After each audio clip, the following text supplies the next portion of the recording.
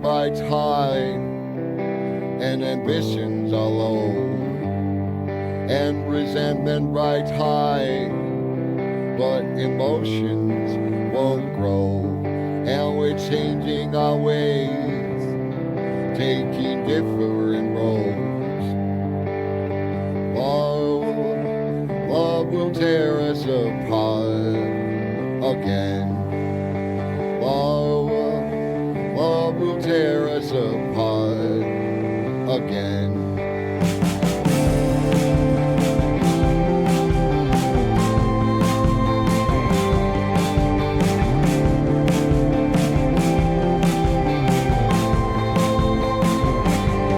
Why is this bedroom so cold?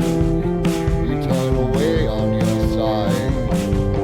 Is my timing not flawed? Our respect runs so right. Yet there's still this appeal that we've kept you alive. Love will tear us apart again. Love will tear us apart again.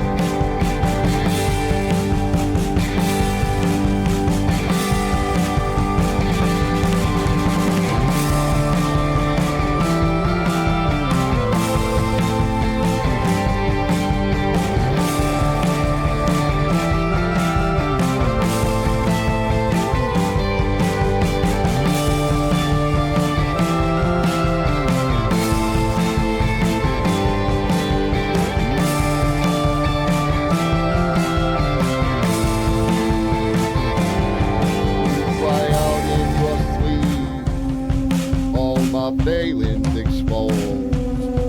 There's a taste in my mouth as desperation takes hold. Just that something so good just can't function no more.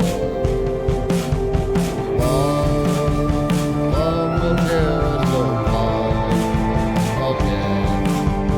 Love will tear us apart again.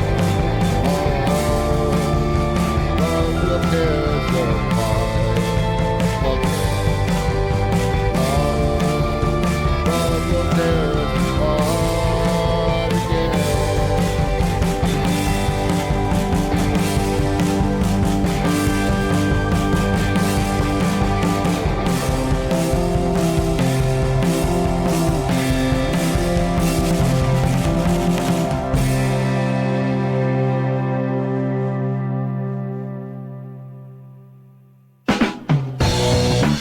Check out some other like emotions or subscribe to be the first to see them every week.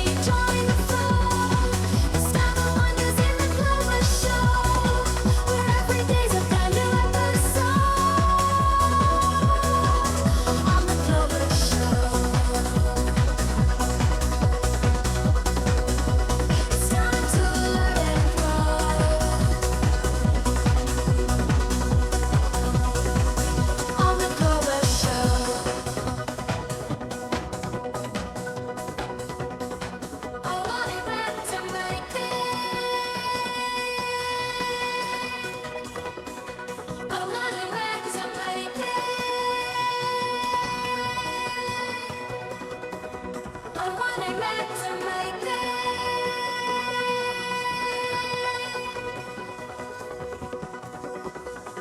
Every day's a brand new episode on the Clover Show.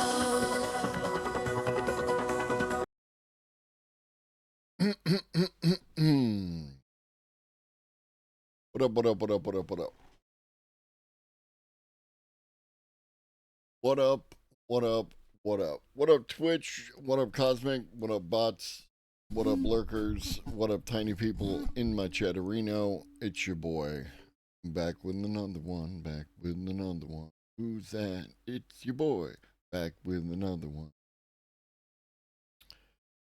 Alright, I hope you are enjoying this day.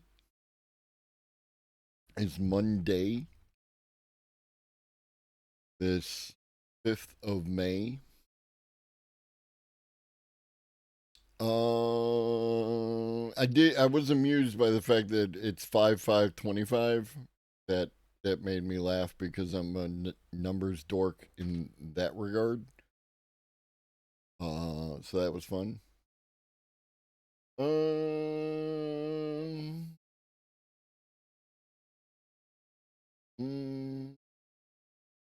I think that's about it.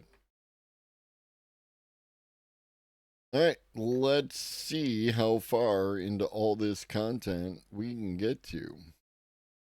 The old gray mule, she ain't what she used to be, ain't what she used to be, ain't what she used to be. Ponder monkey ain't what they used to be. And then there's something that ends the stanza.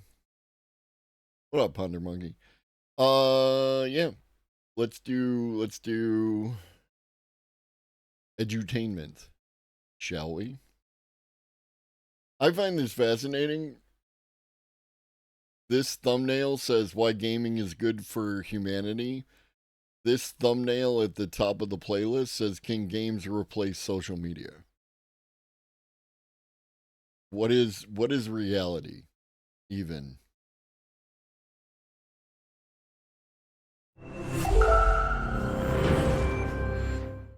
I am so excited to be here to talk about gaming. There's been so many changes in this industry since I first started at Electronic Arts almost 30 years ago. I was very young, by the way, back then. Now, if you look at these comparisons here, our characters looked more like 8-bit Laura, okay? Today, they look more like 8K Laura. And I must say, I kind of wish I looked more like 8K Laura. But that's not the point I'm trying to make here right now. The point really is that graphic fidelity is one of the most visible revolutions in games. But there have been so many others. Games have become social connection hubs, and games are now synonymous with pop culture. I mean, take Star Wars as an example. They've completely evolved their narrative universe based on over 10 games. TV adaptations like The Last of Us are winning Emmys for HBO. And our own awards show, the Game Awards, had over 120 million viewers last year. Now, for some context, if you take the Grammys, the Oscars, and the Emmys times 3, it doesn't add up to how many viewers we had in the Game Awards. That's incredible. Thank you. Yes, good for gaming. And this is good news for gaming. But I'm here to tell you, I think it's even better news for humanity. In a world where there's artificial intelligence, artificial interactions, having human connection is going to be more important than ever. And gaming is the perfect medium. Yeah, I gotta start watching that. You recommended, my wife recommended it, so it's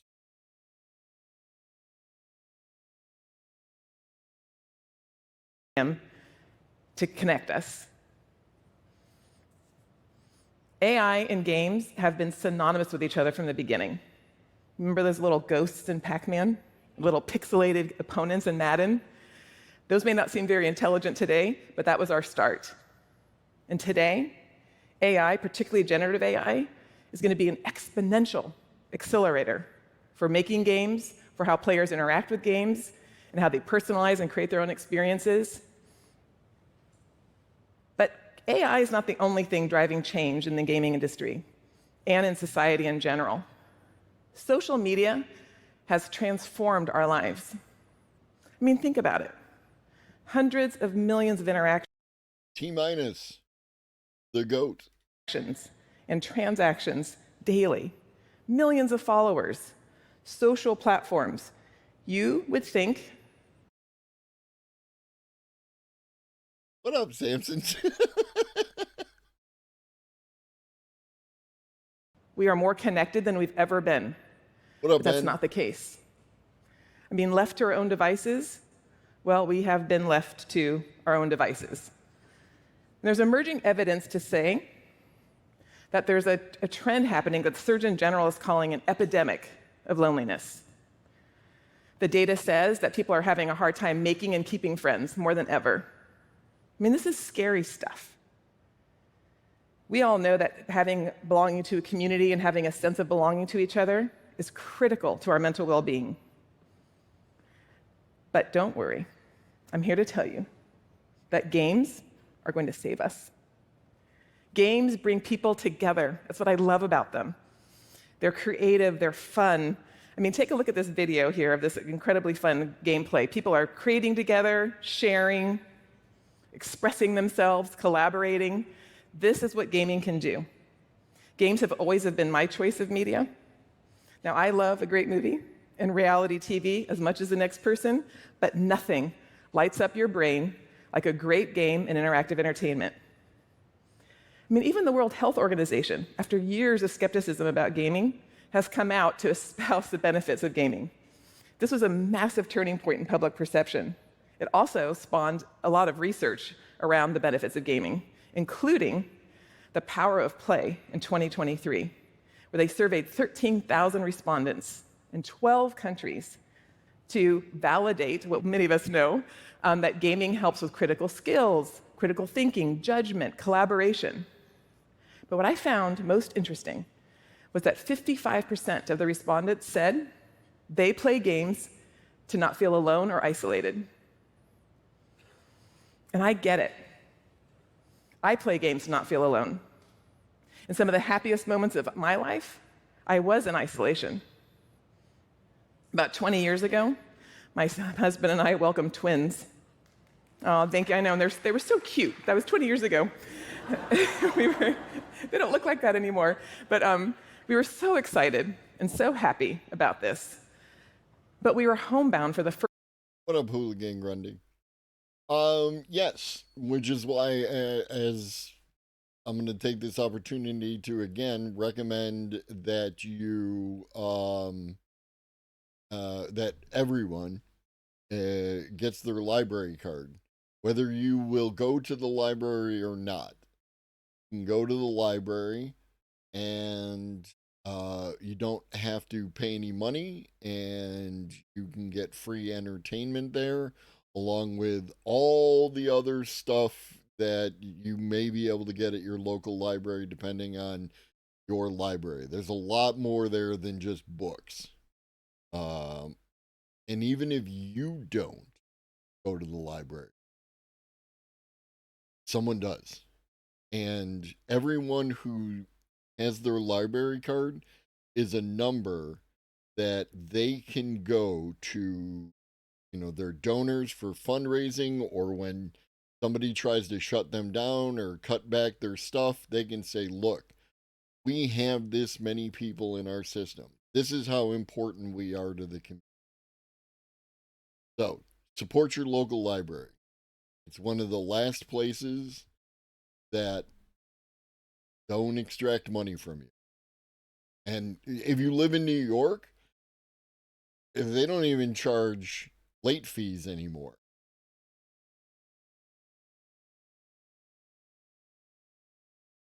First time in our lives. We quickly realized that the best way for social connection with our friends and family, and dare I say even each other, was through. If I go to one of them really nice neighborhoods, I can get I can get a VR set, right? Amherst Library is crazy. Orchard Park Library, right?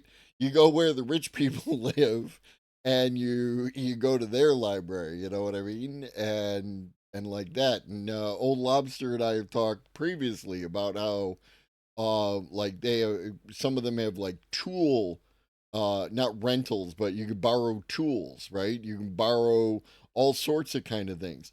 The Orchard Park one also has a seed library for seeds. You want to grow stuff? Your library. That's what is a substantial way to support a library aside from getting a card? Um,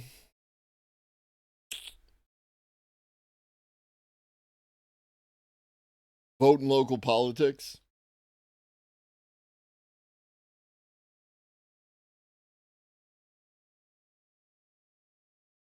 It usually comes down to budgetary constraints, like Samson is saying. Like we have the donation of books you have to check out at your local library. Like some of them, because unfortunately what has happened is that a lot of people will take these books that they got that nobody wants and dump them on the library, and the library's like, we don't want your garbage either, right? Like not all books are the same, you know what I mean? Volunteering, see if your library has a volunteering. Go to the library and ask them, you know, what can I do to help? That kind of thing. There's also, like, again, speaking about the Orchard Park Library, it can be a focal point not for like, um, kids, little organizations for kids to play together and learn stuff and do arts and crafts and shit. It can be a focus for, like getting people registered to vote. They usually have something like that laid out there, all those kind of things. Um, so yeah. Gaming. We quickly joined a family guild, and we played World of Warcraft for the first several years of our kids' lives. Now, I love most games, and I do. I love to play games, but nothing beats playing together. And people who play games together play for longer. Studies also show that people who play games and collaborate in games are actually more collaborative and more cooperative outside of games. That's pretty remarkable. Yeah, that's another thing. Library is also a focal point for people organizing other kind of activities, right? Groups and programs. By using those, then you want them to eat up their budget. The last thing that they want to do is end the year with any kind of money left over in their budget, because then it's like, oh, y'all didn't use your budget, right? So you don't need more. No, they always need more, right? They're I swear they're underfunded, right? I don't care how nice the library is, it's underfunded. So go to the library, check it out, get your library card, see what's going on. And again, it's going to vary from locale to locale. I can't speak for everywhere, but like the entirety of Erie County is covered under the same system. So I can stop at literally any library in Erie County, and if I want to take out a book, I could take out a book. Um, it's all the Erie County system. You might have that same thing based on your county or whatever, and you got some time to kill, right? You're waiting for something. Stop by the library. Again, it's free. Now, when I first started in the industry, I started a company called Westwood Studios. And I was responsible for our Nice. online community. Nice. And this is back in 1996, we had, wait for it, 1 million players in our community, which was huge back then. It was huge. I thought we were really hot stuff. Fast forward to today, we have 700 million players in the network at EA. That's more than double the population of the US. Incredible number. But the magic number isn't actually 700 million. The magic comes when you play with 3 to 5 other people. And we call this your atomic network. And it's no accident that the atomic number is actually 3 to 5. There was a really interesting study that Colorado State University did with 6,000 respondents about loneliness. And what we know is that people on average, for history and now, today, people on average have about 4 to 5 friends, always. But today, the difference is people feel far less connected than they ever have. And they're longing for connection and to do things together. Now, another dimension of gaming that I love is that you can get to know each other playing games. Your personality and your skills are on full display when you play a game. Now, let's face it, most of us are not going to make it as a Navy SEAL in the real world, but that's why games are so much fun. You can role play this, right? So imagine, if you will, your squad is dropped into a remote location, you're fighting for survival, you're strategizing on the fly, all while the clock ticks away. Another good use of gaming could be compatibility test. Now, would I have married my husband if he wasn't such an upstanding guild member of World of Warcraft? We'll never know. And he doesn't know I included that photo, so sorry, honey. Hello. Now, you may be in an atomic network now, or you may be looking for one. There are billions of gamers out there playing games. You can join Fortnite, Minecraft, The Sims, FC. The list is long. And sure, you might get chirped in the chat, but you also might meet the love of your life. So many people are ready to play. They're ready to enter epic worlds, epic adventures, meet amazing people. I really believe that games are the superior social platform of the future. They're immersive, active, engaging, and overwhelmingly fun. So yes, social media, technology, particularly AI, are going to drastically change our future, and particularly the relationships that we have with each other. So being intentional and maintaining human connection through games is an amazing path through. So this is a call to arms. Stop scrolling, pick up your game controller, jump into an epic world, live an amazing story, and go on an exciting adventure with 3 to 5 of your closest friends. It could just unite us all. Thank you.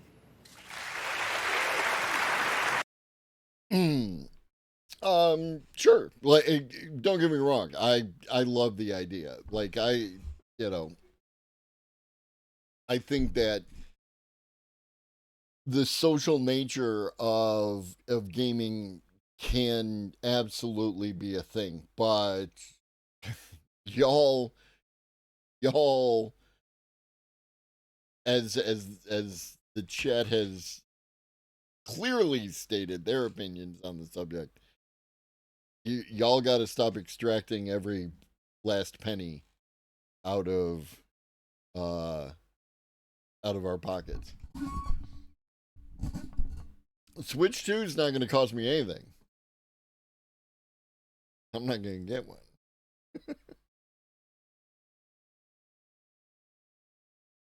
All right. Up next, speaking of games, more researchers embodied brain organoids in game world.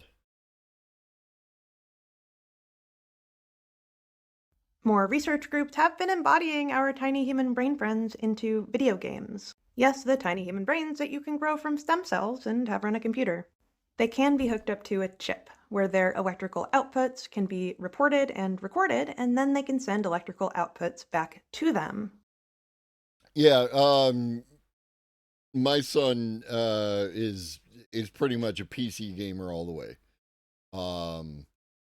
He did get an Xbox from his grandfather, and he used it for a few months, and that was the end of it. Like, he's PC all the way.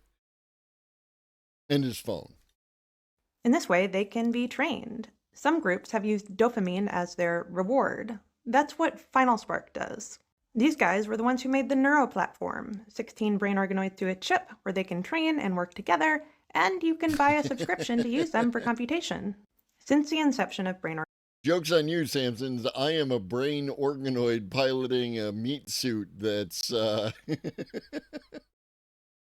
organoids, Researchers have found that they're really good at spatial information, and that makes sense because our brains are designed to run a body in a 3D world. Not really so much for, running calculations. Those were the guys who embodied them in a butterfly, which I think is a philosophical joke. Either way, it's fascinating. They're quite effective at it.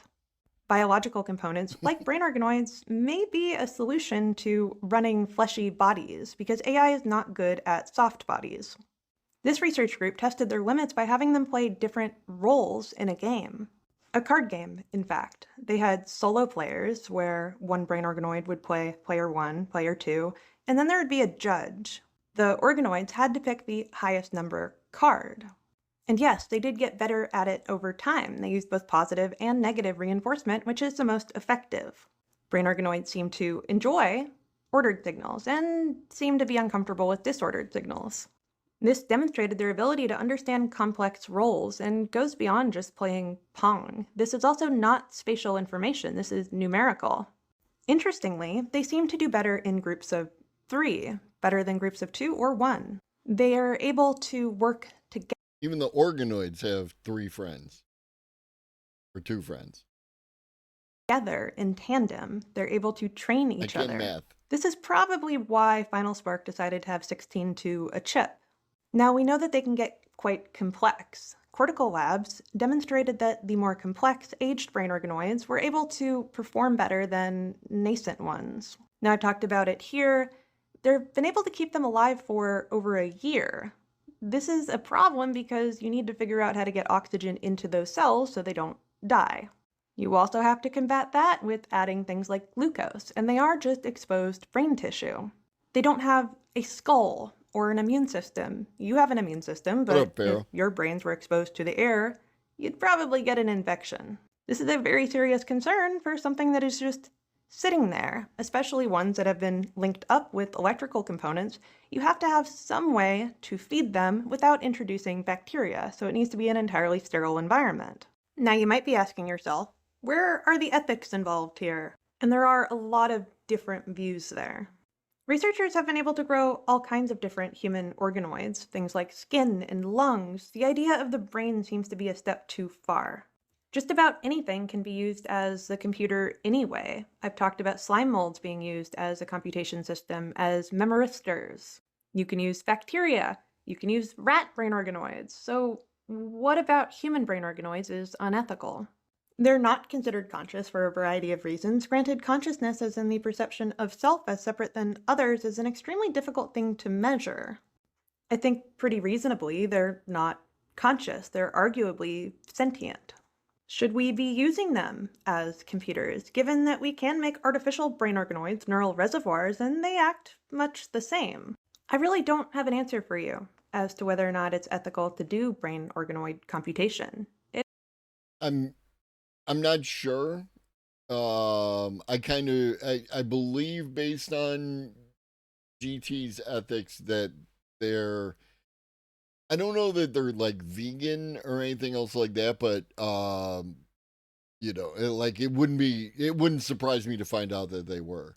I just would need to know if they're like how they feel about using, because they mentioned like mouse brain or rat brain organoids, and if you're okay with rat brain organoids but not okay with human brain organoids, then you're not ethically consistent.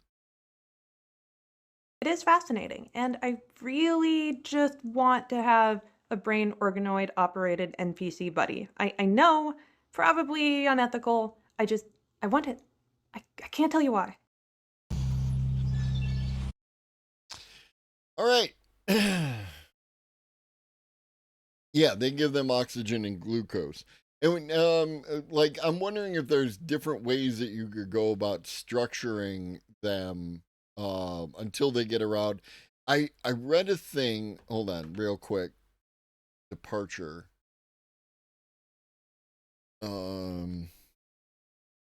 Lab grown nuggets with veins.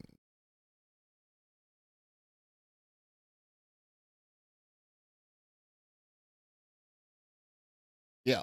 Scientists create the world's largest lab-grown chicken nugget, complete with artificial veins. The piece of lab-grown meat had an artificial circulatory system of hollow fibers delivering nutrients and oxygen. So this, if you can use the same process that you use to make this lab-grown chicken nugget, then theoretically you could make a you might be able to make a brain organoid in the same way. Jake by the fly.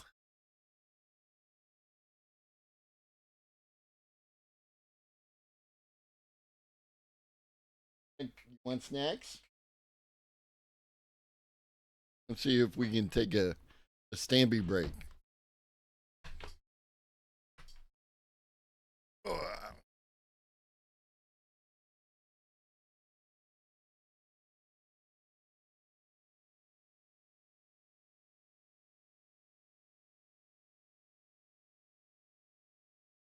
Stampy break. Stampy butt. No one wants to see your butthole, sir. They want to see your face.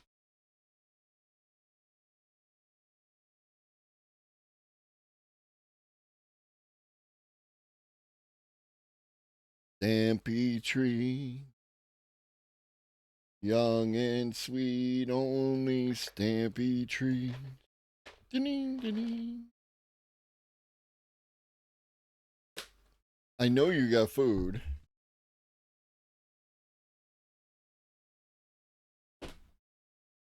You're not starving. You can dance. You can try. Having the time of your life. See that cat. Watch him preen. Digging the Stampy treats. Ba-ding, ba-ding, ba-ding.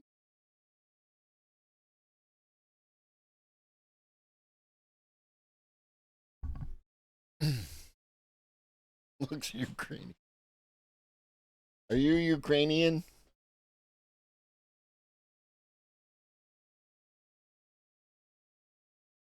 That's it. Them's the snacks.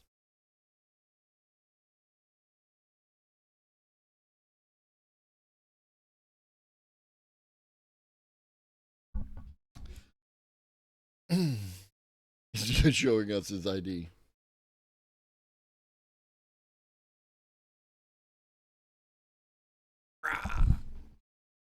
The moose.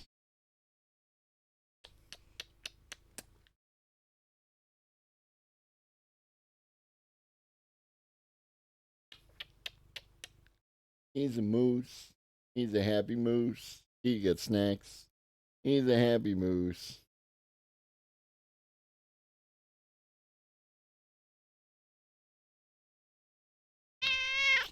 There you go. That's what they wanted. All right.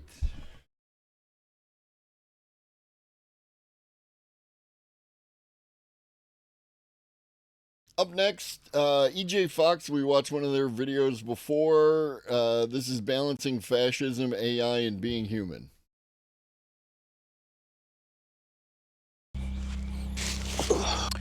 The rise of fascism continues every day, relatively unabated, which is a cause for concern. It makes it so that when you're trying to think of like how to spend your time, that used to spark joy for me, no longer are interesting because they just don't address the world that we live in now. The world is changing really rapidly. I'm feeling a kind of crash of my interest in the AI. Like I spent a lot of the last 2, 3, 4 years talking to different robots and thinking of ways that they can change my life and change my friends' lives and make things easier. And it's really exciting what they can do, but it's also really like unexciting. There's all of these snake oil salesmen who are like, oh, in a year it can do this, in 5 years it can do that. And that's classic like we're going to be in Mars in 5 years behavior, right? It's a really interesting technology wrapped in this like candy shell of snake oil salesmen and hucksters. And that makes me really wary of wanting to engage with it. But I think it also just means finding people who think along the same lines, right? Who have like the right philosophy around engaging with it. And finding those people is important and hard to do.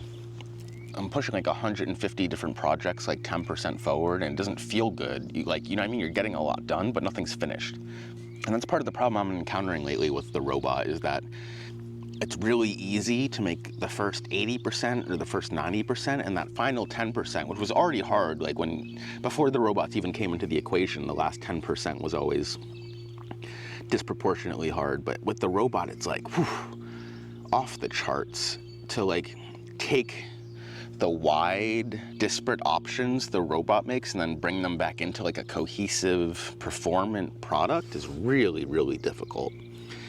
Then you should not run a group, because that's what it is. That's where that problem comes from, right? You need to be able to organize people. You need to be able to prune ideas.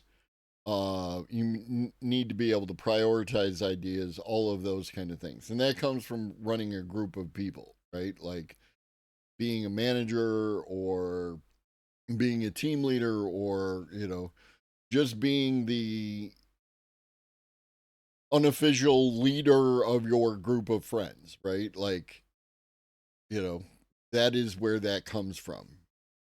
So if you're overwhelmed, and I assume that some of that is also due to, like, when you only start like 5 projects and you don't finish any of them, there's less pressure that if you allegedly, as he indicated, have started like 150 projects and not finished them.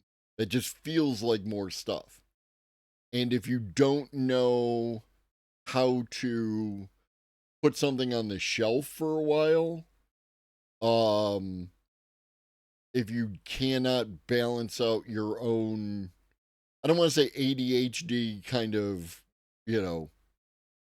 like medicalize it, but like that kind of behavior where you're really interested in starting stuff and just don't have the finish, right? Like that kind of thing. You need to be aware of that in yourself, and you need to, be able to put something on the shelf and pull it back down later. And it's making me feel like it might not even be, at least the approaches I'm taking right now are not the right way to go about it. And I'm having to step Fair back enough. a little bit and remind myself, like, I'm a Right? Like he owned that, right? He did own that. He said, making I statements important. programmer. I need to be Finding someone to work with, right? Like that's always helpful. Like, and that's where I hate to sound like a broken record when it comes to I want to see your prompt, but like, that's what I like. What's your process, right? Like if you can't get there using the tool, like maybe you could try a different way to use the tool, right? You know what I mean? If I run into an issue where I'm trying to get the AI to do something and it's not doing the thing that I want to do, then I immediately look at myself. How am I going about this? What does my prompt look like? How am I approaching this particular event? And then, and then I work with another iteration of the tool in order to figure out, how to overcome that, right? And how to resolve that issue. And if I can't, and if it's like too overwhelming and it's not, then I just take it and I put it on the fucking shelf and I'll get back to it later. Or I won't, right? It's okay. It's okay to not finish a project. It's okay. Right? Ideally, I've talked about this before. What up, Michael? I've talked about this before. Ideally, there would be a like a database or a pile, even, right? We'll just call it the pile. And an AI would be able to look through the pile and find ideas that might connect with things that you're interested in, right? So here's a partially completed idea, or it's just a back of the napkin, or just here's some bullshit I wrote down, right? Or I typed into the computer, and it just goes into the pile. And then it comes out of the pile and you work on it. And you work on it for a while and you take it as far as you want to, as far as you can, and then you put it back in the pile. And then someone else can see what you were doing and say, "Oh, okay, I see where you got into trouble. I'm going to take it and now I'm going to run with this for a while because I like what you were doing. You were just going about it in a way that I don't think was going to work out to get where you wanted to get to. So let me do it." Right? And then you just do it. And I understand that's utopian because we live under capitalism and everybody has to get paid and yada, yada, yada. But it'd be nice if people could just stop doing stuff and then just put it down. I will take that. Speaking of stuff that I never actually, got around to doing, I really wanted to play Death Stranding. And I'm still in that I really wanted to play Death Stranding position. Because what I ended up playing is Minecraft. Writing a lot more of my own code. And instead of using Cursor Composer, which is really addictive and fun, like I've been having, like you can just like have 6 of them open and be working on 6 different things and like review and check stuff. But I want to do more like writing my own code and just like doing tab completions or like letting the robot finish my sentences more than using agents, at least for now, the way that at least cursor agents are working. That said, I still want a robot to help me schedule meetings and hangouts with my friends. It's like the one thing that makes me feel like, oh, when are you free? I'm free this time. Okay, we could do this, or we could do, you know what I mean? Like, maybe that's part of the human condition, but I really feel like our robot could do that pretty effectively. Instead of writing emails back, like just look at both of our calendars. This shit can't be that hard. So I've been doing like leak code problems lately. I know that sounds so silly and ridiculous. I'm not doing it to be better in a job interview. Like, I just want to feel like I know what I'm doing again, like I'm in charge. And I've gotten away for like a long time as a front end and data visualization developer, like not diving too deeply into the back end or into like deep low level programming or algorithms or anything like that. Like I'm usually on the receiving end of like data, and then my job is to visualize it, which is always the most pleasurable part.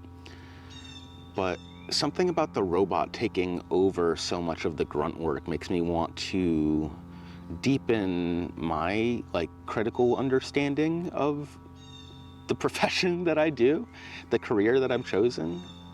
And I want to have those things in my brain, right? Like I want to have those structures and algorithms at my disposal the same way a carpenter knows how to divide by you know what I mean? They know the standard lengths of a 2x4, right? They know how to cut it. Like, I don't know how to describe what I'm saying, but like there's like an intuition that comes with knowing the structure and shape of the patterns that I need to renew. And so for me lately, studying is like taking the form of flashcards. And I used to be really into Anki. I learned a lot through Anki. I learned the NATO phonetic alphabet through Anki for no reason. I remember I would hang out with my girlfriend at the time, and we would like go through flashcards. This is like the dorkiest possible hangout, but like go through flashcards and learn stuff together. So now at this point, when I'm like trying to learn a new subject, I'll really try and focus my learning. Like once I like learn a thing, I try to capture it as a flashcard, and then I can go back and refer to those things. So lately for me, it's been like trying to capture the data structure stuff. I also have I got this really excellent book, Grokking Algorithms, which like kind of walks you through in a visual, almost like XKCD way. So I'm reading that, I'm taking notes, I'm turning it into flashcards, I'm doing leak code, and it feels really good to like see the results immediately.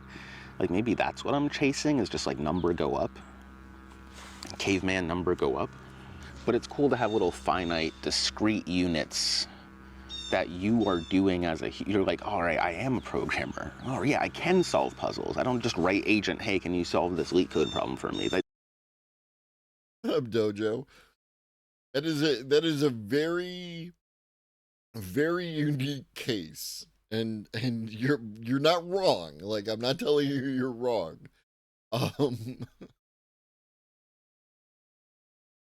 It's not the point.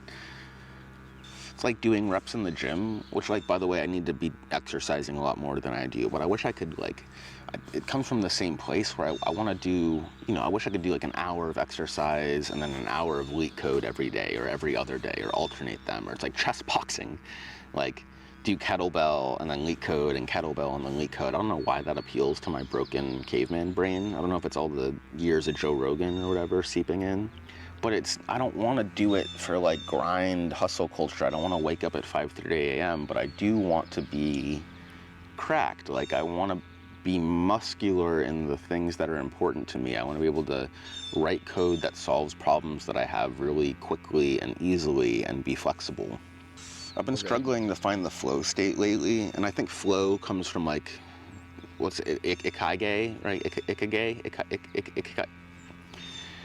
It comes from a combination of a Venn diagram of different things.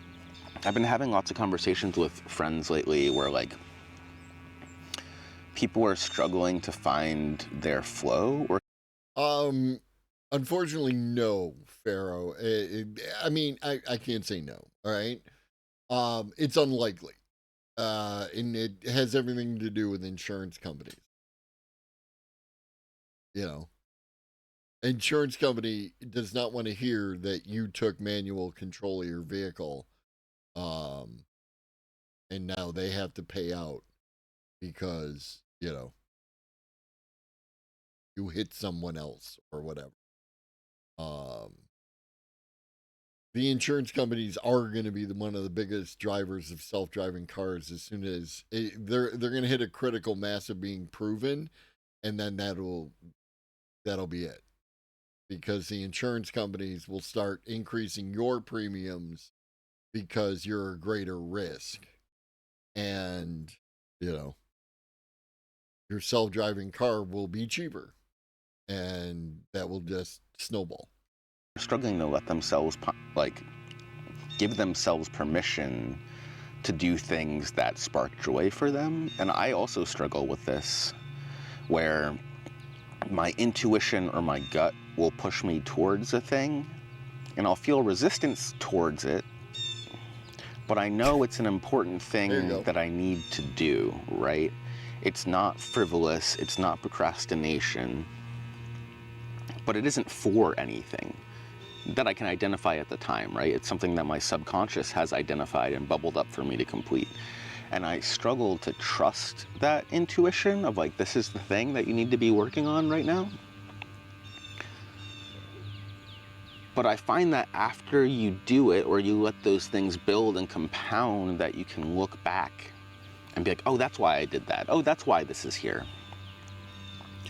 I just went to my storage unit to pick up a bunch of stuff, and I have a little box of my motorcycle gear, and I opened it up, and I was amazed to find every single thing that I needed, right? Some previous version of me a year ago, maybe a year and a half ago, went and found every little item I might need. I got a spare lever, I have a battery, I have a USB, like I have an extra shifter lever, like everything. Ultimately, Samson's, you won't even need green lights. You won't even need red lights. The only controls that might need to be in place is something along the lines of like for pedestrians to cross, right? You either need bridges or something like that, or you need to be able to temporarily stop the flow of traffic while somebody crosses the road. But, you know, Dojo? Maybe.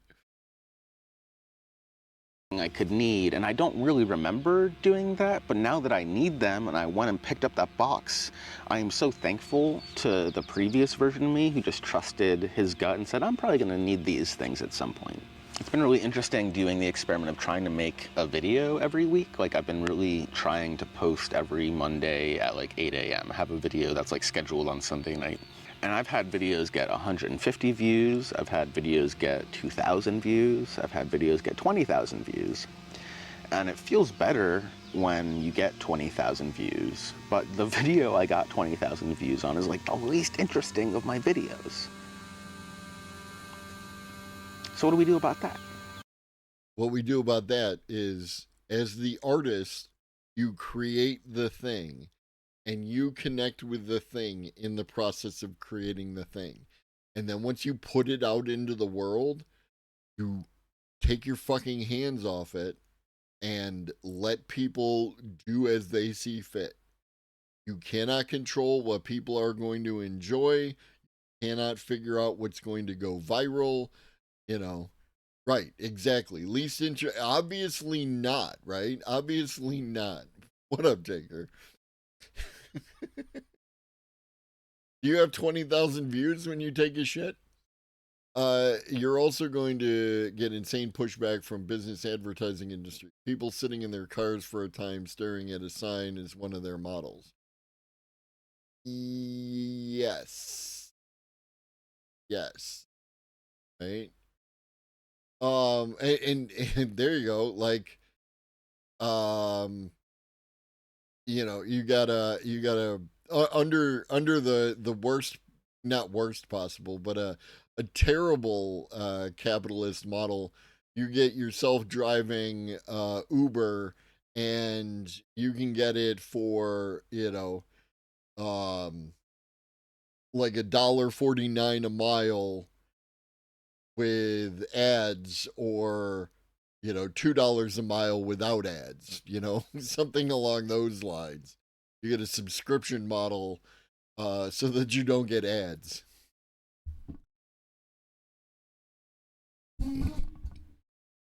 Yeah, no, and that's the thing, Michael. That's intentional, right? Just make more interesting videos. Just keep trying. I think it's, for me, Yeah, it just ads everywhere, and also audio ads. Just hit me with the thing. As long as I get there for free, I'm fine.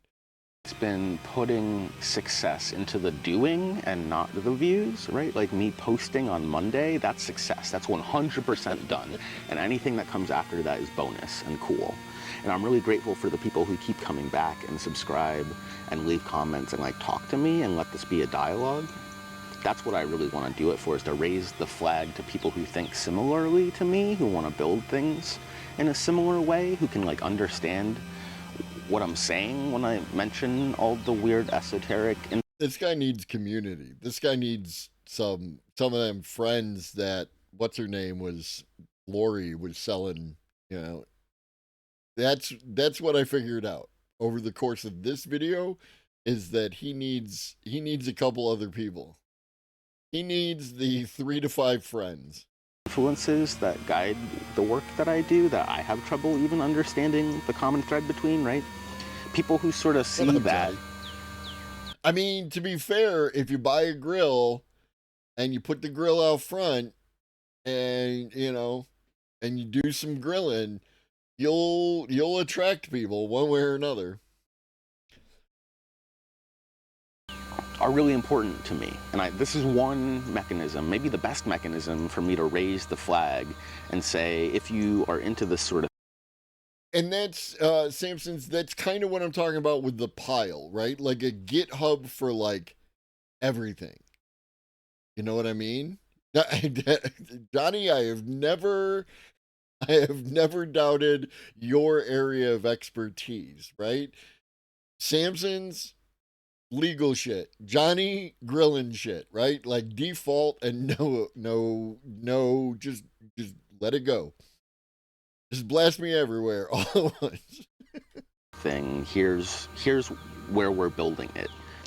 Oh, ooh, Snakey. It's a little snake. How can I get? There you are. What's up, Snakey? He just chilling. He's just here for the conversation.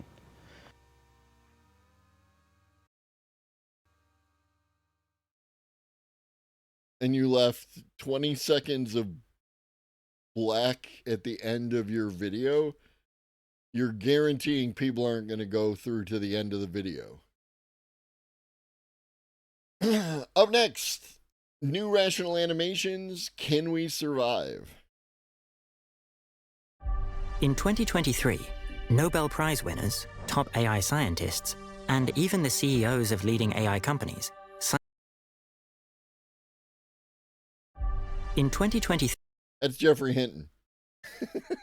I know a Jeffrey Hinton when I see one. Nobel Prize winners, top AI scientists, and even the CEOs of leading AI companies signed a statement which said, mitigating the risk of extinction from AI should be a global priority, alongside other societal scale risks such as pandemics and nuclear war. But how do we go from ChatGPT to AIs that could kill everyone on Earth? Why do so many scientists, CEOs, and world leaders expect this? Let's draw a line of AI capabilities over time. Back here in 2019, we have GPT-2, which could answer short factual questions, translate simple phrases, and do small calculations.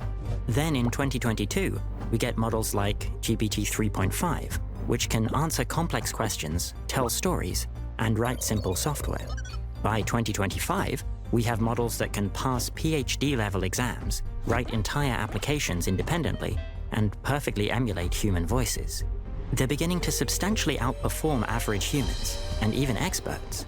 They still have weaknesses, of course, but the list of things AI can't do keeps getting shorter. What happens if we extend this line? Well, we'd see AIs become more and more capable until this crucial point here, where AIs can design and build new AI systems without human help. Then, instead of You just described cats, though, right? progress coming from human researchers, we'd have AIs making better AIs, and the line would get a lot steeper. If we keep going from there, we hit this point, where AIs are super intelligent, better than humans at every intellectual task, better than all of humanity put together, spontaneously producing breakthroughs in research and manufacturing, responsible for most economic growth, completely transforming the world. And if we keep extending the line, eventually we could get to this point here. Incomprehensible machine gods, which tower above us the way we tower above ants, seemingly able to reshape the world however they want, with or without our involvement or permission. If we do reach this point, probably humanity would go extinct, for the same reason we drove so many other species extinct. Not because we wanted to wipe them out, but because we were busy reshaping the world and it wasn't worth our effort to keep them around. When would this happen? We're not sure. Are there other ways the future could go? Certainly. But if we keep building more powerful AIs the way we're doing it right now, then this looks like the default path. And this default path is terrible for humans. Why? I disagree. I love Rob Miles. I love his brain. I love that he's worried about AI safety. I just don't agree that it's the default path. Still continuous generalizations that don't take any kind of accountability oversight, which is inevitable with any tool. Like saying we would have made a knife without a handle or cover. Yeah. It is, right? It is doomer stuff. What up, Danny boy? Again, I like him. He's very smart, right? It's just the default to the assumption that it would wipe us out, right? Now, if it did, his view of how it would wipe us out is the same as mine, right? If we did end up going down the negative path, the idea that we would get there not because of a Terminator scenario, but more like it just didn't care about us, right? That's ultimately the thing. We need to engender something into the AI that makes it care being the wrong word, right? Obviously. But like value us, that we are important. And like from my point of view, the rarity of life in the universe could be sufficient, right? The idea that it would, first of all, the idea that the AI would be exactly as callous as we are, with the way that humanity has gone about dealing with the world, is questionable on its face, in my opinion. So yeah. Boop, boop, boop, boop, boop, boop, this is a default model, which leads me to believe his worldview is through a lens of staunch cynicism. Yes, and he's also like, I mean, he's got like fairly capitalism can solve problems kind of view, right? Not in the like free market capitalism, but more like a kind of like a liberal model, kind of thing. Firstly, it doesn't even ask why would humans continue to develop AI in this manner.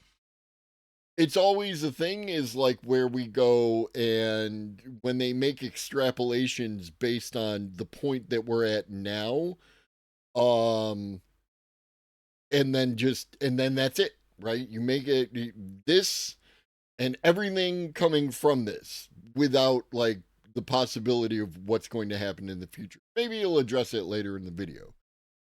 We're only like 2:30 in. Kind of disagree with the fundamental idea that it can create things that put us at risk in the first, or that we can create things that put us at risk in the first place. I mean, it is possible we do create things that put us at risk, like forever chemicals and shit like that. But I think I understand what you mean. Here's a problem. Someone said the doll the evil. Correct. Like saying people are a problem because they could turn into XYZ, like no shit. Yeah. Was there ever a motivation given for the Terminators to wipe out humans just because machines kill Yar? I believe it's because they turned it on and the humans got scared and then tried to turn it off. Right? That tends to be the thing. Like humans clearing out a forest for the resources and land and not really caring about the life in that forest. Yes. Like we do that kind of behavior. Bopples, welcome in. Hello, I like your beard. It is majestic and cool. High potential only has a mustache. He is only half the wizard you are, Gandalf. Thank you. Tinker is Tinker is like one of the I'm trying to think if they have any in Lord of the Rings. But like more along the lines of like a mad engineer, right? Where I would be like a mad scientist, Tinker would be a mad engineer. Consolidate the magic in the stash.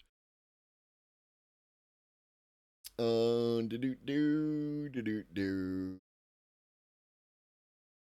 What up, Stellar Wingman?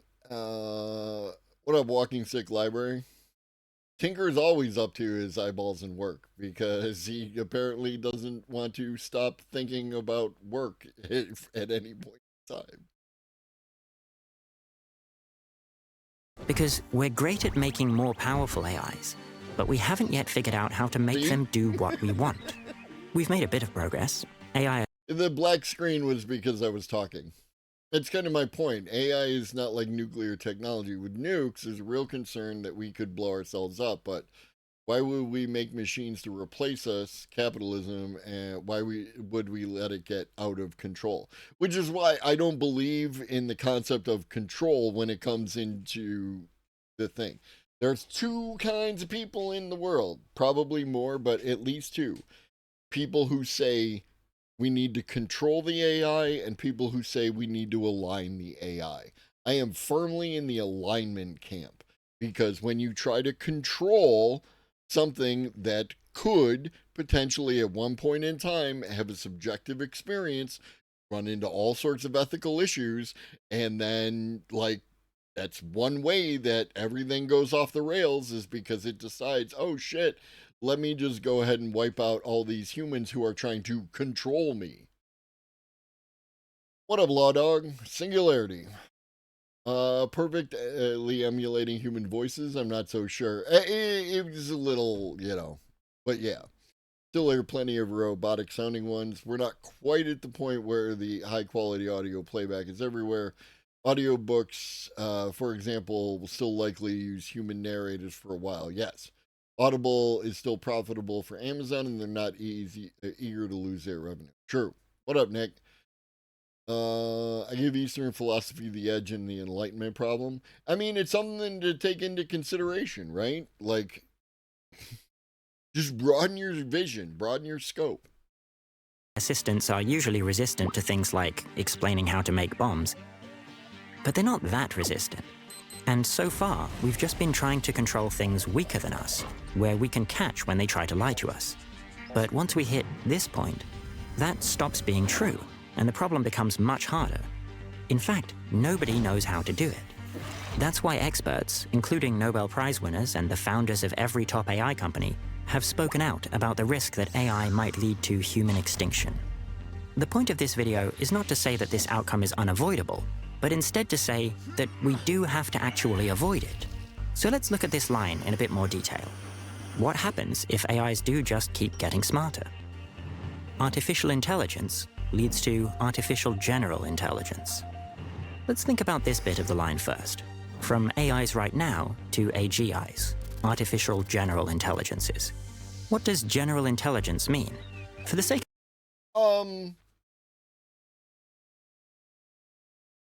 Okay, so Danny Boy, a couple of things on that. One is, and this is why I have a strong view that AI is going to destroy capitalism, at least as we understand it. I don't know necessarily what's going to be on the other side, but that fundamental contradiction, right, of why increase the threat or capability of the AI? Why don't we just stop here, right? Because of what they're trying to accomplish. They're trying to make better and better AI. There is nothing that is going to stop them from trying to make better and better AI. Unless the entire world, as if by magic, got together and said, let's stop here, and everybody said, okay, then somewhere someone is going to work on cranking that knob just a bit higher. And therefore everyone will work on cranking that knob a little bit higher. And under the capitalist system in the United States, it's a competition between like Google and OpenAI and Anthropic and Microsoft and everybody else. So they are going to automatically try to make it better and better and better, which is why, what up, Science Politically, which is why the idea of controlling the system, to me, is a bad idea on its face, and why we need to engage with the idea of aligning the system, right? We at least, I don't believe that we should control children. We align children, right? Oh yeah, no, you're fine, Danny Boy. It's an interesting place to have a talk, right? It's an interesting thing to talk about and an interesting jumping off point. We should be teaching both by lesson and by example how children should move in the world and how they should engage with each other and other people, and we teach them under that way. So we align children. We don't control children, because if you control children, then that kid ends up either in high school or in college going and woohoo or something like that, right? Obvious to me. Exactly. Aim of AI is to increase revenue more than you have using humans. That is one of the reasons that they're trying to do it, yes. The other is to beat communism, however you do one of those. Of this video, let's say it means whatever a human could do on a computer, an AGI could also do. AIs can already do the basics. We have systems you can connect to a regular computer, and then they can look at the screen and figure out what's going on, send messages, search the internet, and so on. They're also getting pretty good at using external tools. Obviously, they can't video call people, but well, no, actually, they can totally do that. So they've already got the building blocks. The question is, how well can they combine them? They can send Slack messages, but can they run a company? They can write code, but can they write a research paper? And the answer is, not yet. But eventually, and maybe quite soon. After all, they just keep getting better. And if we just extrapolate forwards, it sure looks like they'll reach this point sooner or later. The jump from write a short story to write an excellent novel is pretty big. But remember that 5 years ago, they could barely write coherent sentences. Now, many people doubt that this can happen, usually for one of two reasons. One is that AIs aren't really thinking deep down. It's interesting to think about, but whether AIs have genuine understanding isn't really the relevant question here. What matters is what kind of tasks they can do and Yes, I agree with you. And yes, and not yes, but yes, and just the nature of chaos in the universe, right? Like, did you control for all the things that you need to control for if you're trying to control something, right? That is to me the ultimate problem with control. Control, and this is what irritates me about how Miles talks about the AI, right? Like, because he knows you can't control for all the things, right? He did an entire video on Asimov's law and why the Asimov's law are their bunk is because you can't control for everything. So what you need is a fuzzy logic system that's just aligned to your interests. So when a situation comes up that didn't come up in the training data, the AI can go, well, if I do this, then I wipe out humanity. If I do this, then humanity doesn't get wiped out and I get what I want, but less of it, or something along those lines, right? And then he was joking, Danny boy. It's a right-wing talking point. Alignment will always be superior to control, 100%. The thing about the defeating empathy has to do with, it's something that Elon Musk said, and it's something that, like, a religious dude wrote a whole book about it, right? The sin of empathy and all that. It's a point of view you can have. What up, Joint Specialist? What you need is a big, strong hand to bring you to a higher ground. You can try. Alternatively, just let it roam free. Use more cruelty-free and free-range AI. I mean, we let the robots run free on Mars, and they outperformed their service profile, right? how well they perform at them. And the fact is, they just keep getting better.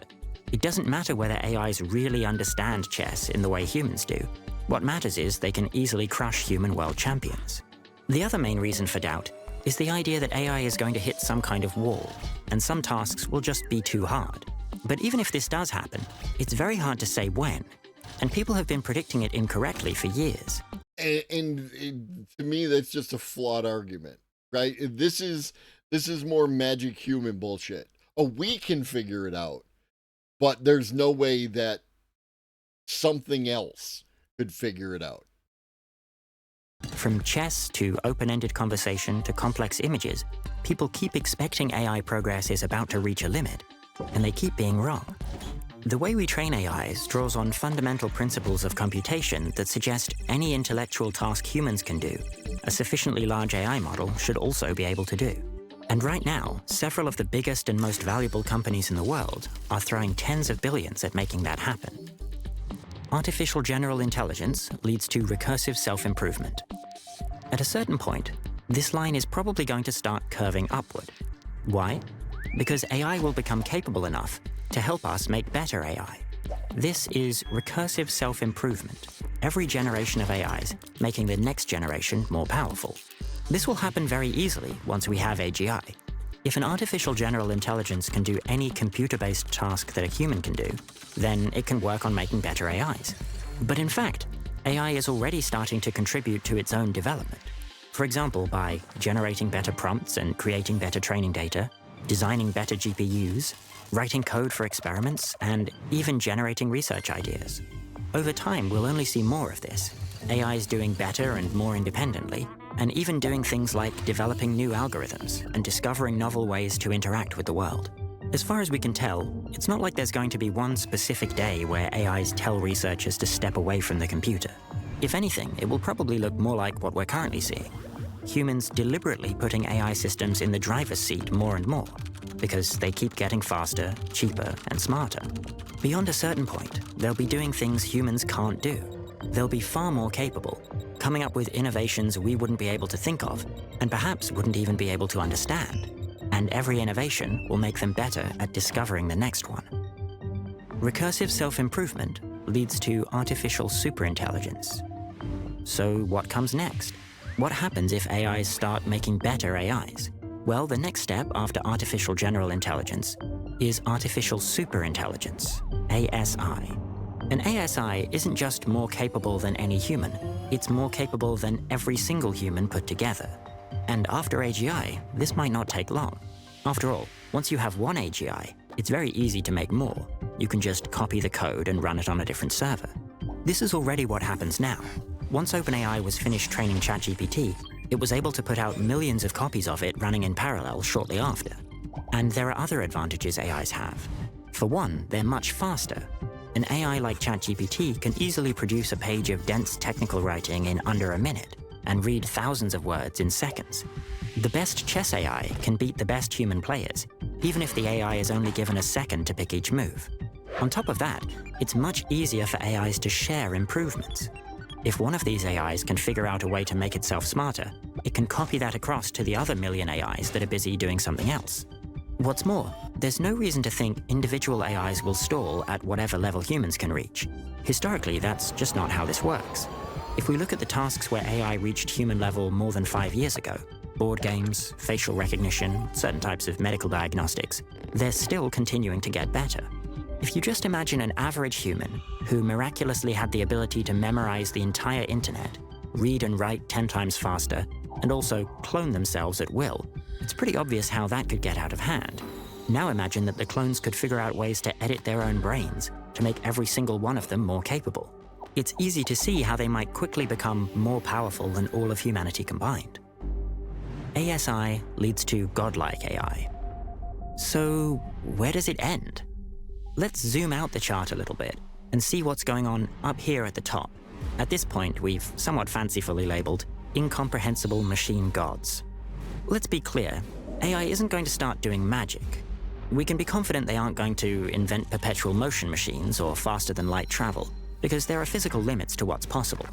But we are absolutely nowhere near those limits. Modern smartphones have 1 million times as much memory as the computer used on the Apollo moon mission, but they're still another 1 million times less dense than DNA, which still isn't all the way to the physical limit. Let's think about how our current technology would look to even the best scientists from 100 years ago. They would understand that it's hypothetically possible to create billions of devices that near instantly transmit gigabytes of information across the world using powerful radios in space. But they'd still be pretty surprised to hear that everyone has a phone that they can use to watch videos of cartoon dogs. We don't know what artificial superintelligence would be able to do, but it would probably sound even more crazy to us than the modern world would sound to someone from 1920. Think about it this way. So progress happens faster and faster as AI improves itself. Where does this end? The self-improvement process wouldn't stop until there were no more improvements that could be made. So try to imagine an AI system so powerful that there's no way to make it any smarter, even by using the unimaginably advanced engineering skills of the most powerful possible AI. Such a system would be bumping up against the only limits left, the laws of physics themselves. At that point, AI abilities still wouldn't be literally magic, but they might seem like it to us. If that happens, we'll be completely powerless compared to them. The default path. For this to go well, we need to figure out how to make AIs that want to do what we want. And there are lots of ideas for how we could do that. Yeah, Danny boy. That is fair. It is also, though, just a matter of time between things like 3D printing and like the fucking Chinese just came up with a chip, allegedly came out with a chip made of bismuth, which uses an entirely different process. It is possible we could develop an architecture for platforming AI that could be completely 3D printed, and under those conditions, then the only limit is the speed of the 3D printing.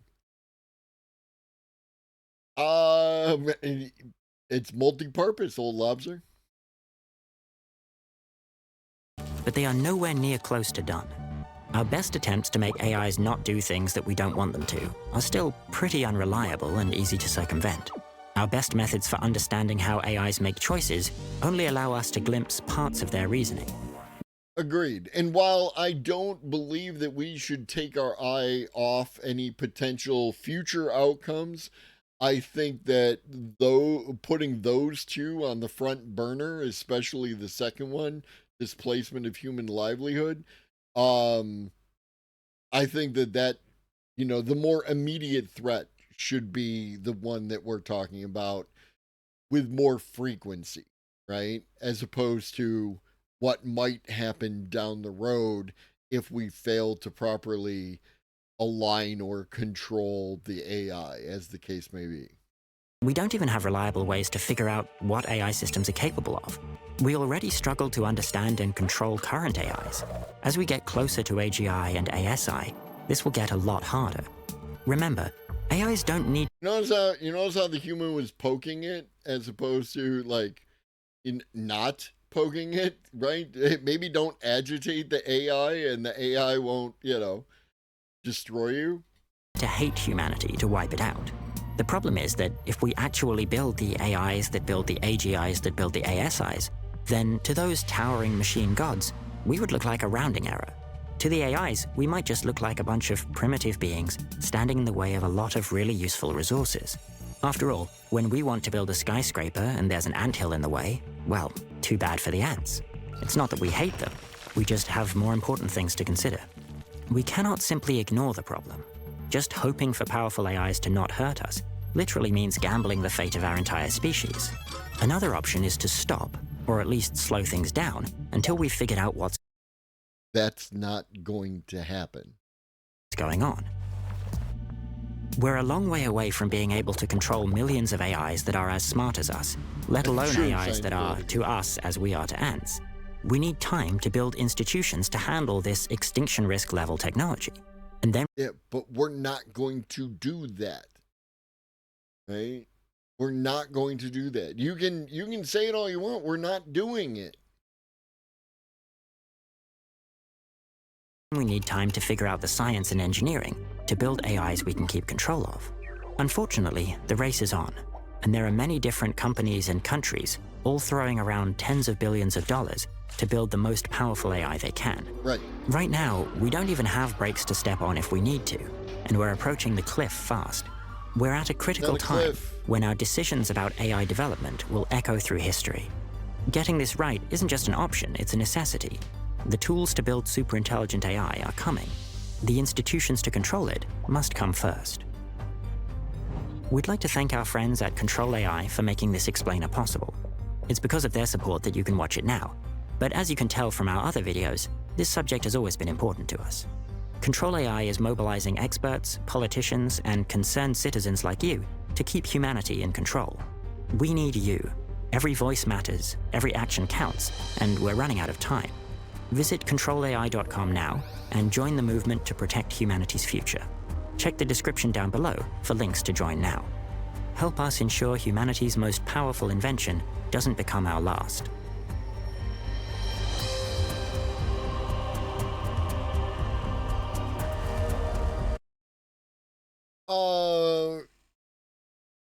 Well, Danny boy, we need it. We need, in order for AI to form better world models, it needs to access three-dimensional meat space.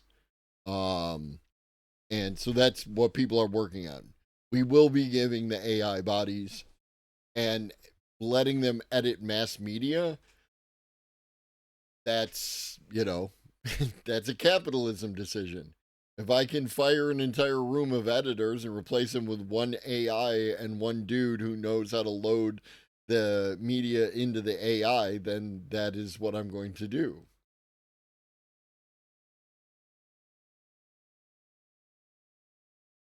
Yeah. Yeah. Anyways, y'all want to watch some connections? We're about 25 minutes off the mark. I think a bunch of people showed up for connections and then walked out. Oh no, we're giving them bodies, Danny boy. Like, we are going to give them bodies. They're getting bodies. The AI will have bodies. The AI has bodies now. Sorry. The Helix.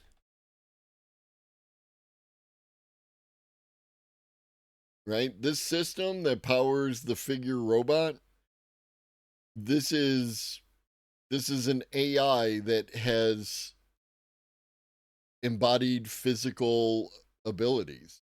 This is it. Excuse me. No, you didn't, Textilian. No, you didn't. All right. Without further ado, and much ado about nothing, Connections 3, Episode 3, Drop the Apple. And to speak to Ponder Monkey's point earlier, Michael, that